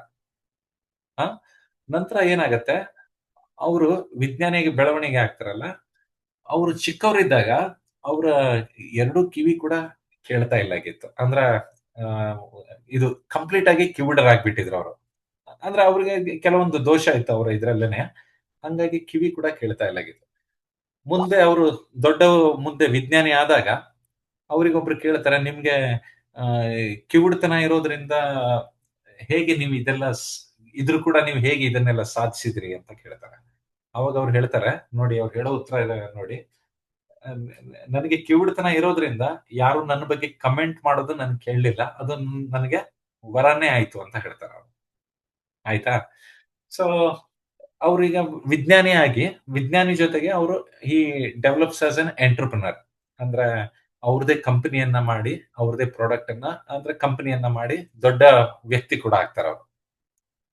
ಈ ಸಮಯ ಇದ್ದಾಗ ಮುಂದೇನಾಗುತ್ತೆ, ಅವರು ಆಗ್ಲೇ ಅವರು ಸಿಟಿಗೆ ಹೋಗ್ಬಿಟ್ಟು, ಅಲ್ಲಿ ಅಮೆರಿಕದ ಖ್ಯಾತ ಸಿಟಿಗೆ ಹೋಗ್ಬಿಟ್ಟು ಅಲ್ಲಿ ಸೆಟ್ಲ್ ಆಗಿರ್ತಾರೆ. ಆದ್ರೆ ಅವ್ರ ತಾಯಿ ಮಾತ್ರ ಅದೇ ಹಳ್ಳಿಯಲ್ಲೇ ಇರ್ತಾರೆ. ಮುಂದೇನಾಗುತ್ತೆ, ಒಂದಿನ ಅವರ ತಾಯಿ ಇದು ಮರಣಾಂತರ ಆಗುತ್ತೆ, ಮರಣ ಹೊಂದುತ್ತಾರೆ. ನಂತರ ಎಡಿಸನ್ ಅವ್ರ ಹಳ್ಳಿಗೆ ಬಂದ್ಬಿಟ್ಟು ಇದಕ್ಕೆ ಏನು ಕಾರ್ಯಗಳನ್ನೆಲ್ಲ ಏನ್ ಮಾಡ್ಬೇಕು ಅದನ್ನೆಲ್ಲ ಮಾಡ್ಬಿಟ್ಟು ನಂತರ ಮತ್ತೆ ಅಮೆರಿಕ ಅವ್ರದ್ದು ಸಿಟಿಗೆ ಬರ್ಬೇಕಂತ ನೋಡ್ಬೇಕಾದ್ರೆ ಮನೆಯಲ್ಲಿರುವಂತ ಹಳೆ ವಸ್ತುಗಳನ್ನೆಲ್ಲ ಅವ್ರು ಪ್ಯಾಕ್ ಮಾಡ್ಕೊಳ್ತಾರೆ. ಅವಾಗ ಏನಾಗತ್ತೆ, ಈ ಹಳೆ ವಸ್ತುಗಳನ್ನ ಪ್ಯಾಕ್ ಮಾಡ್ಬೇಕಾದ್ರೆ ಅವರೊಂದು ಹಳೆ ಟ್ರಂಕ್ ನೋಡ್ತಾರೆ. ಟ್ರಂಕ್ ಅಥವಾ ಏನು ಸೂಟ್ ಕೇಸ್ ಹೇಳ್ತೀವಲ್ಲ ನಾವು, ಟ್ರಂಕ್ ಅಥವಾ ಸೂಟ್ ಕೇಸ್, ಅದನ್ನ ನೋಡ್ತಾರೆ. ಅದು ನೋಡಿದ ಕೂಡಲೇ ಅವ್ರಿಗೊಂದು ಏನೋ ಕುತೂಹಲ ಆಗುತ್ತೆ, ಅದ್ರಲ್ಲಿ ಏನ್ ಇರ್ಬೋದು ಅಂತ ಹೇಳಿ ಅದನ್ನ ಓಪನ್ ಮಾಡ್ತಾರೆ. ಅವಾಗ ಅದು ಓಪನ್ ಮಾಡಿದಾಗ ಅದರಲ್ಲಿ ಒಂದು ಲೆಟರ್ ಇರುತ್ತೆ, ಒಂದು ಕಾಗದದಲ್ಲಿ ಒಂದು ಲೆಟರ್ ಇರುತ್ತೆ. ಆ ಲೆಟರ್ ನಲ್ಲಿ ಅವರ ಪ್ರಿನ್ಸಿಪಾಲ್ ಬರೆದಿರ್ತಾರೆ ಎಡಿಸನ್ ತಾಯಿಗೆ. ಅದ್ರಲ್ಲಿ ಏನ್ ಬರ್ದಿರ್ತಾರಂದ್ರೆ, ಇದರಲ್ಲಿ ನಿಮ್ಮ ಮಗ ತುಂಬಾ ತುಂಟ, ಅವನು ತುಂಬಾ ಹೈಪರ್ ಆಕ್ಟಿವ್, ಅವನು ಯಾವುದಕ್ಕೂ ಅಂದ್ರೆ ಯೂಸ್ಲೆಸ್ ಪರ್ಸನ್ ಅವನು, ಹೀಗಾಗಿ ಅವನಿಗೆ ನಾವು ಶಾಲೆಯಿಂದ ತೆಗಿತಾ ಇದ್ದೀವಿ ಅಂತ ಹೇಳ್ಬಿಟ್ಟು ಅದ್ರಲ್ಲಿ ಬರೆದಿರ್ತಾರೆ. ಆದ್ರೆ ಎಡಿಸನ್ ಸಣ್ಣವನಿದ್ದಾಗ ಆ ಲೆಟರ್ ಅವನ ತಾಯಿ ಹತ್ರ ಕೊಟ್ಟಾಗ ಏನ್ ಹೇಳಿರ್ತ, ಅವನ ತಾಯಿ ಕಣ್ಣಲ್ಲಿ ನೀರ್ ಬಂದಿರತ್ತೆ. ಅಂದ್ರೆ ಎಡಿಸನ್ ಹಿಂದೆ ಸಣ್ಣ ಹುಡುಗ ಇದ್ದಾಗ ಅವನು ಟೀಚರ್ ಕೊಡ್ತಾರಲ್ಲ ಆ ಲೆಟರ್, ಇವನ ತಾಯಿಗೆ ಒಯ್ದು ಕೊಟ್ಟಾಗ ತಾಯಿ ಕಣ್ಣಲ್ಲಿ ನೀರು ಬರ್ತಾ ಇರ್ತದೆ. ಅವಾಗ ಅವನ ತಾಯಿ ಕೇಳಿರ್ತಾನೆ, ಯಾಕೆ ಹೇಳ್ತಾ ಇದ್ದಿ ಅಂತ ಹೇಳಿ. ಅವಾಗ ಅವ್ರು ಹೇಳ್ತಾರೆ, ನಿಮ್ಮ ಟೀಚರ್ ಬರ್ದಿದ್ದಾರೆ, ನೀನು ತುಂಬಾ ಬುದ್ಧಿವಂತ ಹುಡುಗ, ನಿನ್ಗೆ ಕಲಿಸ್ಲಿಕ್ಕೆ ಅಷ್ಟು ಯೋಗ್ಯರಾದಂತ ಶಿಕ್ಷಕರು ಆ ಶಾಲೆಯಲ್ಲಿ ಇಲ್ಲ, ಹಾಗಾಗಿ ನಿನಗೆ ಬೇರೆ ಒಳ್ಳೆ ಶಾಲೆಯಲ್ಲಿ ಹೋಗ್ಬೇಕಂತ ಹೇಳಿ ಟೀಚರ್ ಬರ್ದಿದ್ದಾರೆ ಅಂತ ಹೇಳಿರ್ತಾರೆ. ಅದು ಆದ್ರೆ ಎಡಿಸನ್ ಆ ಲೆಟರ್ ನಲ್ಲಿ ನೋಡಿದಾಗ ಅದ್ರಲ್ಲಿ ಏನ್ ಬರ್ದಿರ್ತದೆ ಅಂದ್ರೆ ಎಕ್ಸಾಕ್ಟ್ಲಿ ಆಪೋಸಿಟ್. ಅಂದ್ರೆ ನಿಮ್ಮ ಮಗ ತುಂಬಾ ಯೂಸ್ಲೆಸ್ ಹುಡುಗ, ಅವನಿಗೆ ಯಾವ್ದಕ್ಕೂ ಉಪಯೋಗ ಇಲ್ಲ, ಅವನಿಗೆ ಶಾಲೆಯಿಂದ ತೆಗಿತಾ ಇದ್ದೀವಿ ಅಂತ ಹೇಳ್ಕೊಂಡು ಆ ತರ ಬರ್ದಿರ್ತದೆ. ಆಗ ಅದನ್ನ ನೋಡ್ಬಿಟ್ಟು ಎಡಿಸನ್ಗೆ ಕೂಡ ಒಂದು ಕಣ್ಣಲ್ಲಿ ನೀರ್ ಬರುತ್ತೆ. ಇದ್ರಲ್ಲಿ ನಾವು ಮುಖ್ಯವಾಗಿ ಮೂರು ಮೆಸೇಜ್ ಅನ್ನ ತಗೊಳ್ಬಹುದು ಎಲ್ರಿಗೂ. ಒಂದನೇದಾಗಿ ಮಕ್ಳಿಗೆ ಏನ್ ಹೇಳೋದಂದ್ರೆ, ಮೊಟ್ಟ ಮೊದಲನೇದಾಗಿ ಸೋಲನ್ನ ಒಪ್ಕೊಳ್ಬೇಡಿ ಯಾವುದೇ ಕಾರಣಕ್ಕೂ. ಸೊ ಅದೇ ನಾನು ಹೇಳಿದ್ನಲ್ಲ, ಅವ್ರು ಎಲೆಕ್ಟ್ರಿಕ್ ಬಲ್ಬ್ ಡೆವಲಪ್ ಮಾಡ್ಬೇಕಾದ್ರೆ ಸುಮಾರು 10,000ಕ್ಕಿಂತ ಜಾಸ್ತಿ ಪ್ರಯೋಗಗಳನ್ನ ಮಾಡಿದ್ರು. ಅಂದ್ರೆ ಈಗ ನಾವೆಲ್ಲ ಏನ್ ಮಾಡ್ತೀವಿ, ಒಂದ್ಸಲ 2 ಸಲ ನಾವು ಫೇಲಿಯರ್ ಆದ್ರೆ, 3ನೇ ಸಲ 4ನೇ ಸಲ ಆದ್ರೆ ಆಮೇಲೆ ಅದನ್ನಲ್ಲೇ ಬಿಟ್ಬಿಡ್ತೀವಿ, ಆ ಪ್ರಯೋಗವನ್ನು ಮತ್ತೆ ಮಾಡ್ಲಿಕ್ಕೆ ಹೋಗೋದಿಲ್ಲ. ಆದ್ರೆ ಎಡಿಸನ್ ಏನ್ ಮಾಡ್ತಾರೆ, ಅದನ್ನ ಅವರಿಗೆ ಸಕ್ಸಸ್ ಸಿಗೋ ತನಕ, ಗೆಲುವು ಸಿಗೋ ತನಕ ಅದನ್ನ ಮುಂದ್ ಮಾಡ್ಕೊಂಡು ಹೋದ್ರು. ಸೊ ಇದು ಮೊಟ್ಟ ಮೊದಲನೇದು ಒಂದು ಮೆಸೇಜ್ ಫಾರ್ ದ ಸ್ಟೂಡೆಂಟ್ಸ್, ಎಲ್ಲ ವಿದ್ಯಾರ್ಥಿಗಳಿಗೆ. ಅಂದ್ರೆ ಯಾವುದೇ ಕಾರಣಕ್ಕೂ ನೆವರ್ ಗಿವ್ ಅಪ್. ಎಲ್ಲಿ ತನಕ ನೀವು ಇದನ್ನ ಯಶಸ್ಸನ್ನ ಗಳಿಸೋದಿಲ್ವಾ, ಅಲ್ಲಿ ತನಕ ನಿಮ್ಮ ಪ್ರಯತ್ನವನ್ನ ಖಂಡಿತ ಮುಂದುವರಿಸ್ಕೊಂಡು ಹೋಗ್ಬೇಕು ಅಂತ ಹೇಳಿ. ಇದು ಮೊದಲನೇ ಮೆಸೇಜ್ ಎಲ್ಲರಿಗೂ. ಎರಡನೇ ಮೆಸೇಜ್ ಟೀಚರ್ಸ್ನವರಿಗೆ, ಅಂದ್ರೆ ಯಾವುದೇ ಕಾರಣಕ್ಕೂ ಯಾವುದೇ ವಿದ್ಯಾರ್ಥಿಗಳನ್ನ ಅವರಿಗೆ ಏನ್ ಹೇಳ್ತೀವಿ, ಡಿಸ್ಕ್ರಿಮಿನೇಟ್ ಮಾಡಬೇಡಿ ಅಂತ. ಅಂದ್ರೆ ಡಿಸ್ಕ್ರಿಮಿನೇಟ್, ನನ್ಗೆ ಇದನ್ನ ಕನ್ನಡ ವರ್ಡ್ ಸಿಗ್ತಾ ಇಲ್ಲ. ಮಕ್ಕಳಿಗೆ ಯಾವಾಗ್ಲೂ ಡಿಸ್ಕ್ರಿಮಿನೇಟ್ ಮಾಡಬೇಡಿ, ಎಲ್ಲರನ್ನೂ ಒಂದೇ ಸಮನಾಗಿ ನೋಡ್ಕೊಳ್ಳಿ ಎಲ್ರಿಗೂ. ಯಾರನ್ನ ಒಬ್ರ ಮೇಲೆ ಒಬ್ರ ಕೆಳಗೆ ಆ ತರ ಮಾತ್ರ ಯಾವಾಗ್ಲೂ ಮಕ್ಕಳನ್ನು ಮಾಡಬೇಡಿ, ಎಲ್ರಿಗೂ ಯೂನಿಫಾರ್ಮ್ ಆಗಿ ನೋಡ್ಕೊಳ್ಳಿ ಅಂತ ಹೇಳಿ. ಇದು this message is for all the teachers, ಅಂದ್ರೆ ಎಡಿಸನ್ ಅವರ ಈ ಒಂದು ಸ್ಟೋರಿಯಿಂದ. ಮೂರನೇ ಮೆಸೇಜ್ ಎಲ್ಲ ಅಮ್ಮಂದರಿಗೆ, ಅಂದ್ರೆ mother is the best teacher ಅಂತ. ಸೊ ಇದು 3 ಮೆಸೇಜ್ ಅನ್ನ ನಾವೀಗ ಎಡಿಸನ್ ಅವರ ಒಂದು ವ್ಯಕ್ತಿತ್ವದಿಂದ ನಮ್ಮ ಟೀಚರ್ಸ್ ನವರಿಗೆ, ಎಲ್ಲ ಅಮ್ಮಂದರಿಗೆ ಹಾಗೂ ಎಲ್ಲ ವಿದ್ಯಾರ್ಥಿಗಳಿಗೆ ಕೂಡ ಒಂದು ಮೆಸೇಜ್ ಅನ್ನ ಸಿಗ್ತಾ ಇದೆ. ಇದೊಂದು ಉದಾಹರಣೆಯನ್ನ ನಾನು ಎಲ್ರಿಗೂ ಕೊಡ್ಲಿಕ್ಕೆ ಬಯಸ್ತೇನೆ. ಅಂದ್ರೆ ಎಲ್ರು ಎಡಿಸನ್ ತರ ನೀವು ತಗೊಳ್ಳಿ, ಯಾವುದೇ ಕಾರಣಕ್ಕೂ ಕೂಡ ನೀವು ಸೋಲನ್ನ ಒಪ್ಕೊಳ್ಳೋದಿರ್ಬಾರ್ದು. ಅಂದ್ರೆ ನೀವು ಅದನ್ನ ಪ್ರಯತ್ನನ ಮಾಡ್ಬೇಕು. ನೀವು ಕೇವಲ ಪ್ರಯತ್ನ ಮಾಡದೆ ಸುಮ್ಮನೆ ಉಳಿದ್ಬಿಟ್ರೆ ಖಂಡಿತ ಆಗುದಿಲ್ಲ. ಅದಕ್ಕೆ ನೀವು ಪ್ರಯತ್ನನ ನೀವು ಎಲ್ಲಿ ತನಕ ಮಾಡ್ತಾ ಹೋಗ್ತೀರಾ, ಅಲ್ಲಿ ತನಕ ನಿಮ್ಗೆ ಯಶಸ್ಸು ಸಿಗುವಂತ ಚಾನ್ಸಸ್ ತುಂಬಾ ಜಾಸ್ತಿ ಇರುತ್ತೆ. ಹಂಗಾಗಿ ಯಾವುದಕ್ಕೂ ಕೂಡ ನೀವು ಪ್ರಯತ್ನವನ್ನ ಮಾಡ್ಬೇಕು. Yes sir. ಮತ್ತೇನಾದ್ರೂ ಸ್ಪೆಸಿಫಿಕ್ ಆಗಿ ಕ್ವಶನ್ಸ್ ಇದೆಯಾ? ಸ್ಪೆಸಿಫಿಕ್ ಆಗಿ ಕ್ವಶನ್ಸ್ ಇರೋದು ಸರ್ ತಾವು ಅಡ್ರೆಸ್ ಮಾಡಿದೀರಾ. ಈ ಎಮೋಷನಲ್ ಇಂಟೆಲಿಜೆನ್ಸ್ ಬಗ್ಗೆ, ಈಗ ಆಂಗರ್ ಮ್ಯಾನೇಜ್ಮೆಂಟ್ ಎಲ್ಲ ಬಂದಾಗ ಸರ್ ಎಮೋಷನಲ್ ಇಂಟೆಲಿಜೆನ್ಸ್ ಬಗ್ಗೆ ಎಲ್ಲ ಹೇಳಿದ್ರಿ. ಆಮೇಲೆ ತಮ್ಮ ಬಾಡಿ ಲ್ಯಾಂಗ್ವೇಜ್ ಹೇಗೆ ನಡೆಸ್ಕೋಬೇಕು ಅದೆಲ್ಲ ಹೇಳಿದ್ರಿ ಸರ್. ಒಂದು ನಾನು ಕೂಡ ಒಂದು 2 ಪಾಯಿಂಟ್ ಹೇಳ್ಬಿಡ್ತೀನಿ ಸರ್ ಹೇಳಿರೋದ್ರಲ್ಲೇನೆ. ಈಗ ಮೇನ್ ಆಗಿ ಮಕ್ಕಳಿಗೆ ಸ್ಟ್ರೆಸ್ ಮ್ಯಾನೇಜ್ಮೆಂಟ್ ಅನ್ನೋದು ಈಗ ಚಿಕ್ಕ ವಯಸ್ಸಿಂದಾನೇ ಜಾಸ್ತಿ ಆಗ್ತಾ ಬರ್ತಾ ಇದೆ. ಸ್ಟ್ರೆಸ್ ಹೇಗೆ ಮ್ಯಾನೇಜ್ ಮಾಡ್ಬೇಕು ಅನ್ನೋದು. ಜನರಲಿ ನಾವು ಸ್ಟ್ರೆಸ್ ಮ್ಯಾನೇಜ್ಮೆಂಟ್ಗೆ ಏನ್ ಹೇಳ್ತೀವಿ ಅಂದ್ರೆ, ಅದರ್ ದೆನ್ ಸ್ಕೂಲ್ ಅವರ್ಸ್ ಆದ್ಮೇಲೆ ಒಂದ್ ಸ್ವಲ್ಪ ಹೊತ್ತು ಮೆಡಿಟೇಷನ್ ಮಾಡೋದಿರ್ಬೋದು, ನೆಕ್ಸ್ಟ್ ಆಟ ಆಡೋದಿರ್ಬೋದು, ಅಥವಾ ಒಂದು ಹಾಬಿನ ಫಾಲೋ ಮಾಡಿ ಅಂತ ಹೇಳ್ತೀವಿ. Correct sir. ಅದ ಎಲ್ಲದಕ್ಕಿಂತ ಮಿಗಿಲಾಗಿ ನಿದ್ದೆ ಚೆನ್ನಾಗಿ ಮಾಡ್ಬೇಕು. 6 to 8 hours ಚೆನ್ನಾಗಿ ನಿದ್ದೆ ಮಾಡಿದ್ರೆ ಡೆಫಿನೆಟ್ಲಿ ಸ್ಟ್ರೆಸ್ ಇಂಪ್ರೂವ್ ಆಗುತ್ತೆ. ಅದಲ್ಲದೆ ಪ್ರತಿದಿನಾನು ಕೂಡ ಬೆಳಗಿನ ಜಾವ ನಮ್ಮ ಹಾಸ್ಟೆಲ್ ಎಲ್ಲ ಹುಡುಗರು ಬೆಳಗಿನ ಜಾವ 5-5:30 ಎದ್ದೇಳ್ತಾರೆ. That is a good habit. ಅದು ಕಂಟಿನ್ಯೂ ಆದ್ರೆ again it will lead to good stress management ಚೆನ್ನಾಗಾಗುತ್ತೆ. ಆಮೇಲೆ ನಾವು ಎಮೋಷನಲ್ ಇಂಟೆಲಿಜೆನ್ಸ್ ಬಗ್ಗೆ ಹೇಳಿದ್ರಿ sir. Emotional intelligence is a very important. ಇದು ಈಗಿನ ಒಂದು ಒತ್ತಡದ ಜೀವನದಲ್ಲಿ emotional intelligence is very important. ಅದು ನಮ್ಮ ಮಕ್ಕಳಿಗೆ, ಈಗಿನ ಚಿಕ್ಕ ಮಕ್ಕಳಿಗೆ ಅದು ಒಂದ್ ಸ್ವಲ್ಪ ಅರ್ಥ ಆಗೋದು ಕಷ್ಟ. ಬಟ್ ಆದ್ರೂ ಕೂಡ ಎಮೋಷನಲ್ ಇಂಟೆಲಿಜೆನ್ಸ್ ಅನ್ನೋದನ್ನ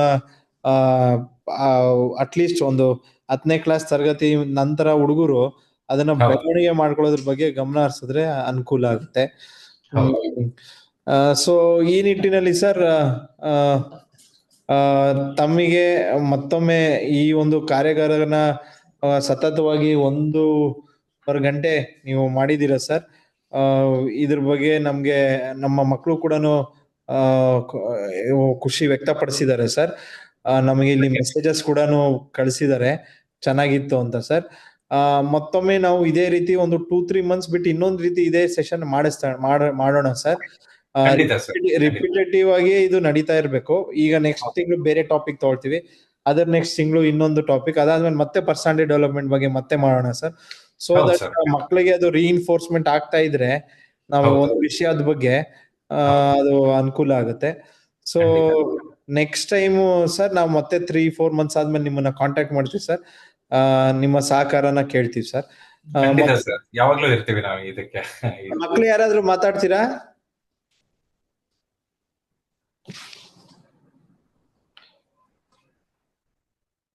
ಮಕ್ಳಿಗೆ ಏನಾದ್ರೂ ಪ್ರಶ್ನೆ ಇದೆಯಾ?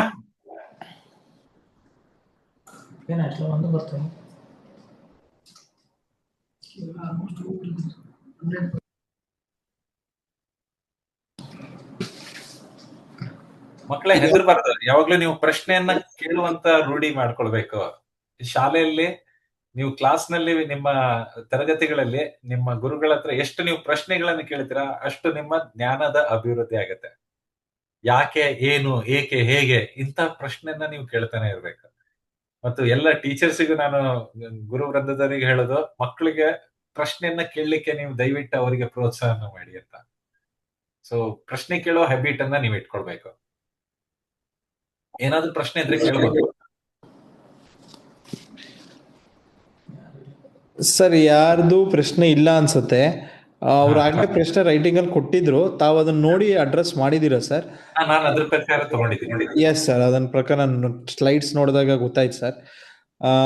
ಸರ್ ಮತ್ತೊಮ್ಮೆ ನಮ್ಮ ಜಿಲ್ಲಾ ಪಂಚಾಯಿತಿ ಮತ್ತು ಎಲ್ಲ ಇಲಾಖೆಯ ಪರವಾಗಿ ನಮಗೆ ತುಂಬು ಹೃದಯದ ಧನ್ಯವಾದಗಳನ್ನ ಸೂಚಿಸ್ತೇನೆ ಸರ್. ಇದೇ ರೀತಿ ತಮ್ಮ ಜೊತೆ ನಾವು ಕಾಂಟ್ಯಾಕ್ಟ್ ಅಲ್ಲಿ ಇರ್ತೀವಿ ಸರ್. ಮುಂದಿನ ದಿನಗಳಲ್ಲಿ ಮತ್ತೊಮ್ಮೆ ಇದೇ ರೀತಿ ಒಂದು ಕಾರ್ಯಾಗಾರನ ಮಾಡೋಣ. ಇಷ್ಟು ಹೇಳ್ತಾ sir, thank you all students and hostel wardens and all officers who have attended this session. ಮುಂದಿನ ದಿನಗಳಲ್ಲಿ ಸಿಗೋಣ ಸರ್. ಶುಭರಾತ್ರಿ ಸರ್. ಧನ್ಯವಾದ. ನೀವು ಕೂಡ ಈ ಒಂದು ಇದನ್ನ ಇನಿಷಿಯೇಷನ್ ತಗೊಂಡಿದ್ದೀರಾ ನೀವು.